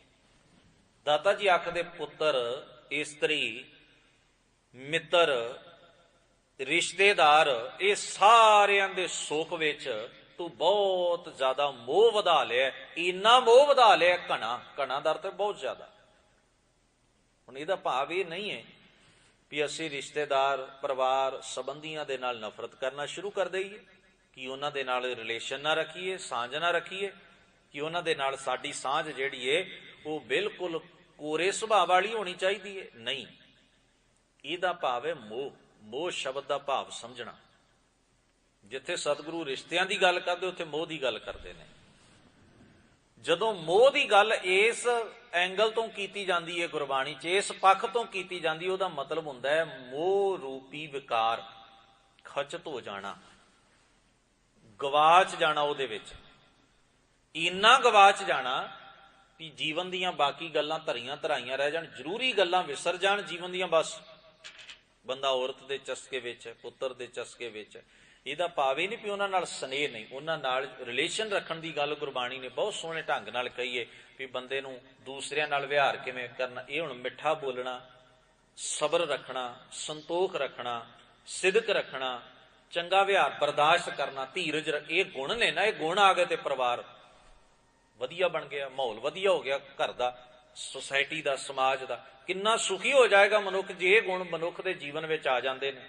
ਤਾਂ ਇਹ ਸਾਡੇ ਵਾਸਤੇ ਹੀ ਨੇ ਸਾਰਿਆਂ ਦੇ, ਤੇ ਅਸੀਂ ਸੁਖੀ ਜੀਵਨ ਜੀ ਸਕੀਏ, ਸਾਡੇ ਪਰਿਵਾਰ ਦਾ ਮਾਹੌਲ ਵਧੀਆ। ਪਰ ਜਿੱਥੇ ਮੋਹ ਦੀ ਗੱਲ ਮਹਾਰਾਜ ਕਰਦੇ ਨੇ ਨਾ, ਬੰਦੇ ਨੂੰ ਲੱਗਦਾ ਹੈ ਮੇਰਾ ਪੁੱਤਰ ਪਲ ਜਾਏ, ਮੇਰੀ ਪਤਨੀ ਨੂੰ ਸਾਰੀਆਂ ਚੀਜ਼ਾਂ ਮਿਲ ਜਾਣ, ਮੇਰੇ ਮਿੱਤਰ ਸੁਖੀ ਰਹੇ, ਉਹਨਾਂ ਵਾਸਤੇ ਫਿਰ ਕਈ ਵਾਰ ਬੰਦਾ ਬੇਈਮਾਨੀ ਦੀ ਹੱਦ ਤੱਕ ਵੀ ਚਲਿਆ ਜਾਂਦਾ ਹੈ। ਉੱਥੇ ਜਾ ਕੇ ਕਹਿੰਦੇ ਨੇ ਸਤਿਗੁਰੂ, ਤੂੰ ਤੇ ਮੋਹ ਦੀ ਖੱਡ 'ਚ ਹੀ ਡਿੱਗ ਪਿਆ। ਠੀਕ ਹੈ, ਤੇਰੀ ਡਿਊਟੀ ਹੈ ਆਪਣੇ ਪਰਿਵਾਰ ਦਾ ਧਿਆਨ ਰੱਖਣਾ, ਉਹਨਾਂ ਦੀ ਸੁੱਖ ਦਾ, ਸਹੂਲਤ ਦਾ ਧਿਆਨ ਰੱਖਣਾ, ਉਹਨਾਂ ਨੂੰ ਪਾਲਣਾ, ਉਹਨਾਂ ਦੀ ਲੋੜ ਪੂਰੀ ਕਰਨੀ, ਉਹਨਾਂ ਦੇ ਦੁੱਖ ਤੇ ਸੁੱਖ ਵਿੱਚ ਪੂਰਾ ਮਦਦਗਾਰ ਹੋਣਾ। ਪਰ ਇਹਦਾ ਮਤਲਬ ਇਹ ਨਹੀਂ ਹੈ ਦੂਸਰੇ ਦੇ ਪਰਿਵਾਰ ਨੂੰ ਦੁਖੀ ਕਰਕੇ ਤੂੰ ਆਪਣੇ ਪਰਿਵਾਰ ਨੂੰ ਪਾਲੇ। ਇਹਦਾ ਮਤਲਬ ਇਹ ਬਿਲਕੁਲ ਨਹੀਂ। ਦੂਸਰੇ ਦਾ ਖੋ ਕੇ ਤੂੰ ਆਪਣੇ ਪਰਿਵਾਰ ਨੂੰ ਲਿਆ ਕੇ ਖਵਾਵੇਂ, ਇਹਦਾ ਮਤਲਬ ਇਹ ਬਿਲਕੁਲ ਨਹੀਂ। ਦੂਸਰੇ ਦੀ ਜ਼ਿੰਦਗੀ ਨੂੰ ਦੁੱਖਾਂ 'ਚ ਪਾ ਕੇ ਤੇਰੇ ਘਰ ਵਿੱਚ ਸਹੂਲਤਾਂ ਆਉਣ, ਇਹਦਾ ਮਤਲਬ ਇਹ ਬਿਲਕੁਲ ਨਹੀਂ। ਜੇ ਤੂੰ ਐਸਾ ਕਰਦਾ ਹੈ ਫਿਰ ਤੂੰ ਮੋਹ ਦੀ ਖੱਡ 'ਚ ਡਿੱਗਾ ਹੋਇਆ, ਫਿਰ ਤੂੰ ਗਲਤ ਪਾਸੇ ਹੈ। ਜਿਹਨੂੰ ਸ਼ਬਦ ਮਹਾਰਾਜ ਕਹਿੰਦੇ ਬਹੁ ਪ੍ਰਪੰਚ ਕਰ ਪਾਰ ਧਨ। ਆਪਣੇ ਧਨ ਦੀ ਤਾਂ ਗੱਲ ਹੀ ਨਹੀਂ ਕੀਤੀ ਮਹਾਰਾਜ ਨੇ। ਬੰਦਾ ਕਮਾਉਂਦਾ ਲਿਆਉਂਦਾ, ਉਹਦੇ ਉੱਤੇ ਤਾਂ ਕੋਈ ਕਟਾਕਸ਼ ਨਹੀਂ ਹੈ ਧਰਮ ਦਾ। ਗੁਰੂ ਗ੍ਰੰਥ ਸਾਹਿਬ ਤਾਂ ਸਗੋਂ ਸਲਾਉਂਦੇ ਨੇ ਉਸ ਬੰਦੇ ਨੂੰ ਜਿਹੜਾ ਘਾਲ ਖਾਏ ਕਿਛ ਹੱਥੋਂ ਦੇ, ਨਾਨਕ ਰਾਹ ਪਛਾਣੈ ਸੇ। ਜਿਹੜਾ ਦਸਾਂ ਨੌਹਾਂ ਦੀ ਕਿਰਤ ਕਰਦਾ ਹੈ, ਮਿਹਨਤ ਕਰਦਾ ਹੈ, ਆਪਣੇ ਹੁਨਰ ਨਾਲ ਕਮਾਈ ਕਰਦਾ ਹੈ, ਉਹਦਾ ਘਰ ਭਾਵੇਂ ਮੋਤੀਆਂ ਦਾ ਹੋਵੇ, ਗੁਰੂ ਸਾਹਿਬ ਕਹਿੰਦੇ ਪ੍ਰਵਾਨ ਹੈ। ਪ੍ਰਵਾਨ ਹੈ ਤਿਨਕਾ ਖਾਧਾ ਪੈਂਦਾ ਮਾਇਆ ਸਭ ਪਵਿੱਤ ਹੈ, ਜੋ ਨਾਮ ਹਰ ਰਾਤੇ। ਪਰ ਗੱਲ ਕਿਹਨਾਂ ਦੀ ਹੋ ਰਹੀ ਹੈ? ਜਿਨ੍ਹਾਂ ਦੇ ਉੱਤੇ ਮਹਾਰਾਜ ਇਹ ਵਿਚਾਰ ਰੱਖਦੇ ਨੇ ਵੀ ਪਾਰ ਧਨ ਲਿਆਵੇ, ਪ੍ਰਪੰਚ ਕਰਦਾ, ਝੂਠ, ਫਰੇਬ, ਦਗੇਬਾਜ਼ੀ, ਬੇਈਮਾਨੀ, ਲੁੱਟ ਖਸੁੱਟ। ਮਹਾਰਾਜ ਕਹਿੰਦੇ ਇਹੋ ਜਿਹੇ ਕੰਮ ਕਰਕੇ ਪਾਰ ਧਨ, ਦੂਜੇ ਦਾ ਹੱਕ ਮਾਰ ਕੇ ਲਿਆਉਂਦਾ ਹੈ। ਪਾਰ ਧਨ ਦਾ ਅਰਥ ਹੈ ਦੂਜੇ ਦਾ ਹੱਕ ਖੋਣਾ ਕਿਸੇ ਵੀ ਤਰੀਕੇ ਨਾਲ। ਬਹੁ ਪ੍ਰਪੰਚ ਕਰ ਪਾਰ ਧਨ ਲਿਆਵੈ, ਸੁਤ ਦਾਰਾ ਪੈ ਆਨ ਲੁਟਾਵੈ। ਕਾਹਦੇ ਲਈ ਲਿਆਉਂਦਾ? ਵੀ ਮੇਰੇ ਘਰ 'ਚ ਸਭ ਕੁਝ ਹੋਵੇ। ਬਹੁ ਪ੍ਰਪੰਚ ਕਰ ਪਰ ਧਨ ਲਿਆਵੈ, ਸੁਤ ਦਾਰਾ ਪੈ ਆਨ ਲੁਟਾਵੈ। ਅੱਗੇ ਕਹਿੰਦੇ ਮਨ ਮੇਰੇ ਭੁੱਲੇ ਕਪਟ ਨਾ ਕੀਜੈ, ਅੰਤ ਨਿਬੇਰਾ ਤੇਰੇ ਜੀ ਪੈ ਲੀਜੈ। ਛਿਨ ਛਿਨ ਤਨ ਛੀਜੈ, ਜਰਾ ਜਨਾਵੈ, ਤਬ ਤੇਰੀ ਓਖ ਕੋਈ ਪਾਣੀਓ ਨਾ ਪਾਵੈ। ਸਤਿਗੁਰੂ ਮਹਾਰਾਜ ਕਹਿੰਦੇ ਨੇ ਇਹ ਤਾਂ ਬੜੀ ਮਾੜੀ ਗੱਲ ਏ, ਜੇ ਤੂੰ ਇਵੇਂ ਕਰਦਾ ਤੇ ਬਹੁਤ ਗਲਤ ਕਰਦਾ ਹੈ। ਸਤਿਗੁਰੂ ਮਹਾਰਾਜ ਇੱਥੇ ਜਾ ਕੇ ਕਟਾਕਸ਼, ਇਹਨੂੰ ਕਹਿੰਦੇ ਨੇ ਮੋਹ ਦਾ ਵਿਕਾਰ ਤੈਨੂੰ ਚਿੰਬੜਿਆ, ਭਾਵ ਤੂੰ ਗਲਤ ਕੰਮ ਕਰਨ ਤੋਂ ਵੀ ਗੁਰੇਜ਼ ਨਹੀਂ ਕਰਦਾ। ਇਸ ਲਈ ਦਾਤਾਰ ਜੀ ਕਹਿੰਦੇ ਹਨ, ਬੋਇਓ ਬੀਜ ਅਹੰ। ਆਪਣੀ ਮਤ ਰੂਪੀ ਧਰਤੀ ਉੱਤੇ, ਬੁੱਧੀ ਰੂਪ ਧਰਤੀ ਉੱਤੇ ਤੂੰ ਹਉਮੈ ਦਾ ਬੀਜ ਦਿੱਤਾ ਹੈ। ਜਿਵੇਂ ਜ਼ਮੀਨ ਨੂੰ ਤਿਆਰ ਕਰਕੇ ਉਹਦੇ 'ਚ ਬੀਜ ਪਾਉਂਦਾ ਹੈ ਕਿਸਾਨ, ਫਿਰ ਬੀਜ ਜਦੋਂ ਜ਼ਮੀਨ ਦੇ ਵਿੱਚੋਂ ਫੁੱਟਦਾ ਹੈ ਉਹਨੂੰ ਕਹਿੰਦੇ ਨੇ ਅੰਕੁਰ ਫੁੱਟਣਾ। ਅੰਕੁਰ ਫੁੱਟਣਾ, ਉਹਦੇ ਵਿੱਚੋਂ ਕਰੂੰਬਲੀ ਨਿਕਲਦੀ ਹੈ, ਭਾਵ ਜਦੋਂ ਬੀਜ ਵਿੱਚੋਂ ਪੌਦਾ ਜਨਮ ਲੈਣ ਲੱਗ ਪਵੇ, ਬਾਹਰ ਪ੍ਰਗਟ ਹੋਣਾ ਸ਼ੁਰੂ ਹੋ ਜਾਏ ਜ਼ਮੀਨ ਤੋਂ, ਉਹਨੂੰ ਕਹਿੰਦੇ ਅੰਕੁਰ ਫੁੱਟ ਆਉਣਾ ਬੀਜ ਦਾ, ਕਰੂੰਬਲੀ ਨਿਕਲ ਆਉਣੀ। ਦਾਤਾ ਜੀ ਕਹਿੰਦੇ ਨੇ ਆਪਣੀ ਬੁੱਧੀ ਦੇ ਖੇਤ ਵਿੱਚ ਤੂੰ ਹਉਮੈ ਦਾ ਬੀਜ ਪਾਇਆ, ਹੰਕਾਰ ਦਾ ਬੀਜ ਬੀਜਿਆ, ਤੇ ਉਹਦੇ ਵਿੱਚੋਂ ਮਮਤਾ ਦਾ ਅੰਕੁਰ ਫੁੱਟ ਰਿਹਾ। ਬੋਇਓ ਬੀਜ ਅਹੰ ਮਮ ਅੰਕੁਰ। ਸਤਿਗੁਰੂ ਆਖਦੇ ਨੇ ਬੀਤਤ ਔਦ ਕਰਤ ਅਗਨਾ। ਔਧ ਦਾ ਅਰਥ ਹੈ ਅਵਧੀ। ਅਵਧੀ ਦਾ ਮਤਲਬ ਹੁੰਦਾ ਹੈ ਵੈਸੇ ਤਾਂ ਹੱਦ, ਸੀਮਾ। ਇਹ ਜ਼ਿੰਦਗੀ ਦੀ ਜਿਹੜੀ ਸੀਮਾ ਹੈ, ਭਾਵ ਜੀਵਨ ਦੀ ਜਿਹੜੀ ਹੱਦ ਹੈ, ਇਹ ਨੇੜੇ ਆ ਰਹੀ ਹੈ, ਖਤਮ ਹੋਣ ਦੇ ਉੱਤੇ ਆ ਰਹੀ। ਉਹ ਜੀਵਨ ਜਿਹੜਾ ਸੀਮਾ ਬੱਧ ਹੈ, ਹੱਦਬੰਦੀ 'ਚ, ਸਮੇਂ ਦੀ ਹੱਦਬੰਦੀ 'ਚ, ਅਵਧੀ, ਉਮਰ। ਮਹਾਰਾਜ ਕਹਿੰਦੇ ਤੇਰੀ ਔਧ, ਤੇਰੀ ਜ਼ਿੰਦਗੀ ਬਤੀਤ ਹੋ ਰਹੀ ਏ ਕਰਤ ਅਗਨਾ। ਅਗਨਾ ਦਾ ਅਰਥ ਹੁੰਦਾ ਹੈ ਅਗ, ਪਾਪ। ਬਹੁਤ ਸਾਰੇ ਪਾਪ ਕਰਦਿਆਂ, ਅਪਰਾਧ ਕਰਦਿਆਂ, ਦੋਸ਼ ਕਮਾਉਂਦਿਆਂ, ਗੁਨਾਹ ਕਰਦਿਆਂ ਤੇਰੀ ਸਾਰੀ ਉਮਰ ਬਤੀਤ ਹੋ ਰਹੀ। ਔਰ ਤੈਨੂੰ ਪਤਾ ਹੈ ਤੇਰੀ ਜ਼ਿੰਦਗੀ ਦੇ ਪਾਪ ਕਿਉਂ ਹੋ ਰਹੇ ਨੇ ਤੇਰੇ ਕੋਲੋਂ, ਕਿਉਂ ਤੂੰ ਅਪਰਾਧ ਕਰ ਰਿਹਾ, ਕਿਉਂ ਤੂੰ ਗੁਨਾਹਗਾਰ ਬਣ ਗਿਆ। ਕਿਉਂ? ਕਿਉਂਕਿ ਤੂੰ ਆਪਣੀ ਬੁੱਧੀ ਦੀ ਧਰਤੀ ਦੇ ਉੱਤੇ ਹਉਮੈ ਦਾ ਬੀਜ ਪਾਇਆ, ਜਿਹਦੇ ਚੋਂ ਮਮਤਾ ਦਾ ਅੰਕੁਰ ਫੁੱਟਿਆ। ਭਾਵ ਤੂੰ ਆਪਣੀ ਹਉਮੈ ਨੂੰ ਬੜਾ ਪਿਆਰ ਕਰਦਾ, ਤੈਨੂੰ ਆਪਣੀ ਹਉਮੈ ਬਹੁਤ ਪਿਆਰੀ ਹੈ। ਤੂੰ ਆਪਣੀ ਹਉਮੈ ਲਈ ਜੀ ਰਿਹਾ, ਆਪਣੇ ਹੰਕਾਰ ਲਈ ਜੀ ਰਿਹਾ। ਤੈਨੂੰ ਆਪਣਾ ਆਪ ਹੀ ਦਿਸਦਾ, ਦੂਜਾ ਨਹੀਂ ਦਿਸਦਾ। ਹਉਮੈ ਦਾ ਭਾਵ ਹੈ ਤੈਨੂੰ ਬਸ ਆਪਣਾ ਆਪ ਹੀ ਨਜ਼ਰ ਆਉਂਦਾ, ਬਾਕੀ ਕੋਈ ਨਜ਼ਰ ਨਹੀਂ। ਮੇਰਾ ਸੁੱਖ, ਮੇਰਾ ਸੁੱਖ, ਬਸ ਇਹੀ ਤੈਨੂੰ ਦਿਖਦਾ। ਦੂਜੇ ਦਾ ਸੁੱਖ ਤੇ ਤੈਨੂੰ ਦੀਦਾ ਹੀ ਨਹੀਂ। ਆਪਣਾ ਦੁੱਖ ਹੀ 24 ਘੰਟੇ ਰੋਂਦਾ ਹੈ, ਦੂਜੇ ਦਾ ਦੁੱਖ ਤਾਂ ਤੈਨੂੰ ਵਿਖਾਈ ਨਹੀਂ। ਆਪਣੇ ਤੋਂ ਥੋੜਾ ਜਿਹਾ ਦੂਰ ਹੋ ਕੇ ਵੀ ਤੇ ਵੇਖ ਕਿੰਨੀ ਦੁਨੀਆ ਹੋਰ ਵੀ ਹੈ। ਬੰਦਾ ਦੂਜੇ ਨੂੰ ਲੁੱਟਦਾ ਕਿਉਂ? ਕਿਉਂਕਿ ਆਪਣੇ ਹੀ ਸੁੱਖ ਦੀਦੇ ਨੇ। ਜੇ ਨਜ਼ਰ ਆਏ ਨਾ ਵੀ ਨਹੀਂ ਮੇਰੇ ਵਰਗਾ ਹੀ ਦੂਜਾ, ਉਹ ਵੀ ਕਮਾਈ ਕਰਦਾ, ਮੈਂ ਵੀ ਕਰ ਲਵਾਂ, ਫੇਰ ਬੰਦਾ ਦੂਜੇ ਨੂੰ ਲੁੱਟਦਾ ਨਹੀਂ। ਕਿਉਂਕਿ ਦੂਜੇ ਦਾ ਦਰਦ ਵੀ ਬੰਦਾ ਫਿਰ ਆਪਣੇ ਦਰਦ ਵਾਂਗ ਮਹਿਸੂਸ ਕਰਦਾ ਹੈ। ਇਹਨੂੰ ਕਹਿੰਦੇ ਨੇ ਆਪਣੇ ਤੱਕ ਖੂਹ ਦੇ ਡੱਡੂ ਵਾਂਗ ਆਪਣੇ ਆਪ ਬਾਰੇ ਹੀ ਸੋਚਦਾ, ਬਸ ਵੀ ਆਹ ਮੇਰਾ ਘਰ ਹੈ ਤੇ ਇਹੋ ਹੀ ਸੁਖੀ ਹੋਣਾ ਚਾਹੀਦਾ, ਬਾਕੀਆਂ ਦਾ ਕੀ ਹੈ। ਉਹ ਸੁਖੀ ਰਹਿਣ ਜਾਂ ਦੁਖੀ ਰਹਿਣ, ਪਰ ਉਪਕਾਰ ਨਹੀਂ ਆਉਂਦਾ ਜੀਵਨ 'ਚ। ਫਿਰ ਬੰਦਾ ਸਵਾਰਥ ਵਸ ਜੀਂਦਾ, ਫਿਰ ਲੁੱਟ ਖਸੁੱਟ, ਪਾਪ, ਬੇਈਮਾਨੀ, ਧੱਕਾ, ਫਰੇਬ, ਜ਼ਾਲ ਸਾਜ਼ੀਆਂ, ਚੋਰੀਆਂ, ਠੱਗੀਆਂ, ਪੈਨਾਮੀਆਂ, ਇਹ ਸਭ ਬੰਦੇ ਦੇ ਜੀਵਨ 'ਚ ਇਸ ਕਰਕੇ ਹੀ ਹੁੰਦੀਆਂ ਨੇ ਕਿਉਂਕਿ ਉਹ ਆਪਣੇ ਆਪ ਬਾਰੇ ਹੀ ਸੋਚਦਾ ਹੈ, ਪਰਉਪਕਾਰ ਨਹੀਂ ਉਹਦੇ 'ਚ। ਗੁਰਮਤਿ ਕਹਿੰਦੀ ਏ ਤੇਰਾ ਹੱਕ ਹੈ ਸੁਖੀ ਹੋਣਾ, ਤੇਰਾ ਹੱਕ ਹੈ ਸਭ ਤੋਂ ਵੱਧ ਚੰਗੀਆਂ ਚੀਜ਼ਾਂ ਹੰਡਾਉਣੀਆਂ, ਤੇਰਾ ਅਧਿਕਾਰ ਏ। ਤੂੰ ਕਿਰਤ ਕਰ, ਆਪਣੇ ਹੁਨਰ ਨਾਲ, ਆਪਣੀ ਅਕਲ ਨਾਲ ਤੂੰ ਸਾਰਾ ਕੁਝ ਪ੍ਰਾਪਤ ਕਰ ਸਕਣਾ ਹੈ। ਪਰ ਤੈਨੂੰ ਇਹ ਹੱਕ ਨਹੀਂ ਵੀ ਤੂੰ ਦੂਸਰੇ ਮਨੁੱਖ ਨੂੰ ਭੁੱਖਿਆਂ ਰੱਖ ਕੇ ਆਪ ਰੱਜੇ। ਤੈਨੂੰ ਇਹ ਹੱਕ ਨਹੀਂ ਵੀ ਤੂੰ ਦੂਸਰੇ ਨੂੰ ਦੁੱਖ ਦੇ ਕੇ ਫਿਰ ਸੁਖੀ ਹੋਵੇਂ। ਜੇ ਤੈਨੂੰ ਸੁਖੀ ਹੋਣ ਦਾ ਹੱਕ ਹੈ ਤੇ ਦੂਜੇ ਨੂੰ ਵੀ ਹੱਕ ਹੈ। ਜੇ ਤੈਨੂੰ ਢਿੱਡ ਭਰ ਕੇ ਰੋਟੀ ਖਾਣ ਦਾ ਅਧਿਕਾਰ ਹੈ, ਦੂਜੇ ਨੂੰ ਵੀ ਅਧਿਕਾਰ ਹੈ। ਦੂਜੇ ਦੀ ਖੋਹ ਕੇ ਤੂੰ ਖਾਏ, ਇਹ ਪ੍ਰਵਾਨ ਨਹੀਂ ਹੈ। ਧਰਮ ਇਹ ਗੱਲ ਕਹਿੰਦਾ। ਇਸ ਕਰਕੇ ਗੁਰੂ ਗ੍ਰੰਥ ਸਾਹਿਬ ਮਹਾਰਾਜ ਦੀ ਮੁਬਾਰਕ ਬਾਣੀ ਆਖਦੀ ਏ ਵੀ ਐਸੇ ਹਉਮੈ ਨਾਲ ਜਿਹੜੇ ਮਮਤਾ ਰੱਖ, ਹਉਮੈ ਨਾਲ ਮੋਹ ਕਰਦੇ, ਆਪਣੀ ਹਉਮੈ ਨਾਲ ਹੀ ਪਿਆਰ, ਆਪਣੀ ਜ਼ਾਤ ਨਾਲ ਹੀ ਪਿਆਰ ਕਰਦੇ ਨੇ, ਆਪਣੀ ਹੋਂਦ ਤੱਕ ਹੀ ਸੀਮਤ ਨੇ, ਬਾਹਰ ਨਹੀਂ ਸੋਚਦੇ। ਮਹਾਰਾਜ ਕਹਿੰਦੇ ਉਹਨਾਂ ਕੋਲੋਂ ਕੁਕਰਮ ਹੋਣੇ ਸੁਭਾਵਿਕ ਨੇ। ਤੇ ਜਿਹੜੇ ਜੀਵ ਆਪਣੇ ਬਾਰੇ ਵੀ ਸੋਚਦੇ ਨੇ, ਮਨੁੱਖਤਾ ਆਲੇ ਦੁਆਲੇ ਦੇ ਸੁੱਖਾਂ ਦਾ ਵੀ ਖਿਆਲ ਰੱਖਦੇ ਨੇ, ਉਹਨਾਂ ਨੂੰ ਗੁਰਮਤਿ ਪਰ ਉਪਕਾਰੀ ਕਹਿੰਦੀ, ਦੂਜਿਆਂ ਦਾ ਭਲਾ ਕਰਨ ਵਾਲੇ। ਦੂਜਿਆਂ ਦਾ ਦੋ ਅਸੂਲ ਨੇ ਨਾ। ਗੁਰਮਤਿ ਨੇ ਆਖਿਆ, ਤਿੰਨ ਗੱਲਾਂ ਕਹੀਆਂ ਨੇ। ਨਾਮ ਜਪਣਾ, ਭਾਵ ਰੱਬ ਵੱਲ ਧਿਆਨ, ਰੱਬ ਦੇ ਅਦਬ, ਉਹਦੇ ਗੁਣਾਂ ਵਿੱਚ ਆਪਣੀ ਸਾਂਝ ਬਣਾਉਣੀ। ਦੂਜਾ ਧਰਮ ਦੀ ਕਿਰਤ ਕਰਨੀ, ਆਪਣੇ ਨਿਰਵਾਹ ਲਈ, ਆਪਣੇ ਜੀਵਨ ਨੂੰ ਸਵਾਰਨ ਲਈ, ਸੁੱਖ ਸਹੂਲਤ ਲਈ, ਚੰਗੀ ਜ਼ਿੰਦਗੀ ਹੰਡੇ, ਇਹਦੇ ਲਈ ਕੋਸ਼ਿਸ਼, ਯਤਨ, ਮਿਹਨਤ, ਮਸ਼ੱਕਤ, ਕਿਰਤ ਕਰਨੀ। ਤੇ ਤੀਜਾ ਵੰਡ ਛਕਣਾ। ਉਹਦਾ ਭਾਵ ਹੈ ਜਿਹੜੇ ਮੇਰੇ ਤੋਂ ਪਛੜ ਗਏ ਨੇ, ਮੇਰੇ ਤੋਂ ਪਛਾਂ ਰਹਿ ਗਏ ਨੇ, ਜਿਹੜੇ ਮੇਰੇ ਤੋਂ ਵੀ ਦੁਖੀ ਨੇ, ਮੈਂ ਵੀ ਉਹਨਾਂ ਦਾ ਕੁਝ ਭਲਾ, ਉਹਨਾਂ ਦੇ ਦੁੱਖ ਵਿੱਚ ਵੀ ਮੈਂ ਸ਼ਰੀਕ ਹੋਵਾਂ, ਜਿਹੜੇ ਮੇਰੇ ਤੋਂ ਪਛੜੇ ਨੇ। ਜੇ ਹਰ ਬੰਦਾ ਸੋਚੋ ਸੁਸਾਇਟੀ 'ਚ ਇਵੇਂ ਕਰਨ ਲੱਗ ਪਵੇ ਵੀ ਜਿਹੜਾ ਮੇਰੇ ਤੋਂ ਪਿੱਛੇ ਰਹਿ ਗਿਆ, ਜਿੰਨੀ ਕੁ ਮੇਰੀ ਵਿੱਤ ਹੈ, ਸਮਰੱਥਾ ਹੈ, ਸਮਰੱਥਾ ਦੇ ਮੁਤਾਬਕ, ਆਪਣੀ ਕਪੈਸਿਟੀ ਦੇ ਹਿਸਾਬ ਨਾਲ ਮੈਂ ਉਹਨੂੰ ਜਿੰਨਾ ਵੀ ਕਰ ਸਕਣਾ ਉਹਦੀ ਮਦਦ ਕਰਾਂ। ਜੇ ਹਰ ਬੰਦਾ ਇਵੇਂ ਸੋਚੇ, ਸੰਸਾਰ ਵਿੱਚ ਅਨਿਆਮ ਮੁੱਕ ਜਾਏਗਾ, ਕਾਣੀ ਵੰਡ ਖਤਮ ਹੋ ਜਾਏਗੀ। ਸੰਸਾਰ ਦਾ ਹਰ ਬੰਦਾ ਜਿਹੜਾ ਹੈ ਉਹ ਆਪਣੇ ਲਈ ਵੀ ਜੀਵੇਗਾ, ਦੂਜੇ ਲਈ ਵੀ ਜੀਵੇਗਾ। ਤੋ ਇਹ ਸਿਧਾਂਤ ਜਿਹੜੇ ਮਹਾਨ ਸਤਿਗੁਰੂ ਮਹਾਰਾਜ ਨੇ ਬਖਸ਼ੇ ਨੇ, ਇਹ ਸਿਧਾਂਤ ਸਾਨੂੰ ਸਾਰਿਆਂ ਨੂੰ ਸੁੱਖ ਦੇਣ ਲਈ ਨੇ। ਹੁਣ ਕੀ ਹੈ, ਮੈਂ ਕਿਸੇ ਨੂੰ ਲੁੱਟਦਾ, ਉਹ ਦੁਖੀ ਹੁੰਦਾ, ਮੈਨੂੰ ਆ ਕੇ ਮੈਥੋਂ ਤਗੜਾ ਲੁੱਟ ਕੇ ਲੈ ਜਾਂਦਾ, ਮੈਂ ਦੁਖੀ ਹੁੰਦਾ। ਸਾਰੇ ਹੀ ਬੰਦੇ ਆਪਣੀ ਆਪਣੀ ਜਗ੍ਹਾ ਤੇ ਪਰੇਸ਼ਾਨ ਨੇ ਲੁੱਟ ਤੋਂ, ਤੇ ਲੁੱਟ ਸਾਰੇ ਹੀ ਰਹੇ ਨੇ। ਅਸੀਂ ਸਾਰੇ ਪਰੇਸ਼ਾਨ ਹਾਂ ਨਾ ਵੀ ਲੁੱਟ ਖਸੁੱਟ ਹੈ, ਪਰ ਲੁੱਟ ਖਸੁੱਟ ਸਾਰੇ ਹੀ ਕਰਦੇ ਆ ਕਿਉਂਕਿ ਅਸੀਂ ਆਪਣੇ ਤੋਂ ਮਾੜੇ ਨਾਲ ਕਰ ਲੈਂਦੇ ਹਾਂ, ਜਿਹੜਾ ਸਾਡੇ ਤੋਂ ਤਕੜਾ ਆਉਂਦਾ ਉਹ ਸਾਡੇ ਨਾਲ ਕਰ ਜਾਂਦਾ, ਅਸੀਂ ਦੁਖੀ ਹੁੰਦੇ ਆ। ਇਹ ਸਾਰਾ ਸਿਸਟਮ ਐਵੇਂ ਚੱਲੀ ਜਾ ਰਿਹਾ। ਤੋ ਇਹ ਖਰਾਬੀ ਹੈ ਸਾਡੇ ਸਿਸਟਮ ਦੀ, ਗੁਰੂ ਗ੍ਰੰਥ ਸਾਹਿਬ ਮਹਾਰਾਜ ਜੀ ਬਖਸ਼ਿਸ਼ ਕਰਦੇ ਆਖਦੇ ਨੇ, ਮਿਰਤ ਮੰਜਾਰ ਪਸਾਰ ਮੁਖ ਨਿਰਖਤ। ਮਿਰਤ ਦਾ ਅਰਥ ਹੈ ਮੌਤ, ਮੰਜਾਰ ਕਹਿੰਦੇ ਨੇ ਬਿੱਲੇ ਨੂੰ। ਮੌਤ ਰੂਪੀ ਬਿੱਲਾ ਤੇਰੇ ਵੱਲ ਵੇਖ ਰਿਹਾ ਹੇ ਮਨ। ਇਹ ਮਨ ਨੂੰ ਕਹਿ ਰਹੇ ਨੇ, ਤਨ ਨੂੰ ਨਹੀਂ ਕਹਿ ਰਹੇ। ਮਨ ਨੂੰ ਸੰਬੋਧਨ ਹੋਇਆ ਨਾ ਆਰੰਭ ਦੀ ਪੰਕਤੀ ਚ, ਰੇ ਮਨ ਮੂਸ, ਮਨ ਰੂਪੀ ਚੂਹਾ। ਤੇ ਮੌਤ ਕਿਹੜੀ ਹੈ ਜਿਹੜੀ ਮਨ ਨੂੰ ਆਉਂਦੀ ਹੈ? ਉਹ ਹੈ ਆਤਮਕ ਮੌਤ। ਹੇ ਮੇਰੇ ਮਨ, ਤੇਰੇ ਵੱਲ ਮੌਤ, ਆਤਮਕ ਮੌਤ ਰੂਪੀ ਬਿੱਲਾ ਝਾਕ ਰਿਹਾ, ਮੁਖ ਅੱਡ ਰਿਹਾ ਤੇਰੇ ਵੱਲ, ਤੈਨੂੰ ਖਾ ਜਾਏਗੀ ਆਤਮਕ ਮੌਤ। ਭੁੰਚਤ ਭੁਗਤ, ਪਰ ਤੇਰੀ ਹਾਲਤ ਇਹ ਹੈ ਤੂੰ ਭੋਗ ਭੋਗਦਾ ਹੈ। ਭੁੰਚਣ ਦਾ ਅਰਥ ਹੁੰਦਾ ਹੈ ਭੁੱਕਣਾ, ਖਾਣਾ, ਆਨੰਦ ਲੈਣਾ। ਭੁਗਤ ਦਾ ਅਰਥ ਹੈ ਪਦਾਰਥ, ਭੋਗ ਭੋਗਣੇ, ਚਸਕੇ ਲੈਣੇ, ਆਨੰਦ ਲੈਣਾ।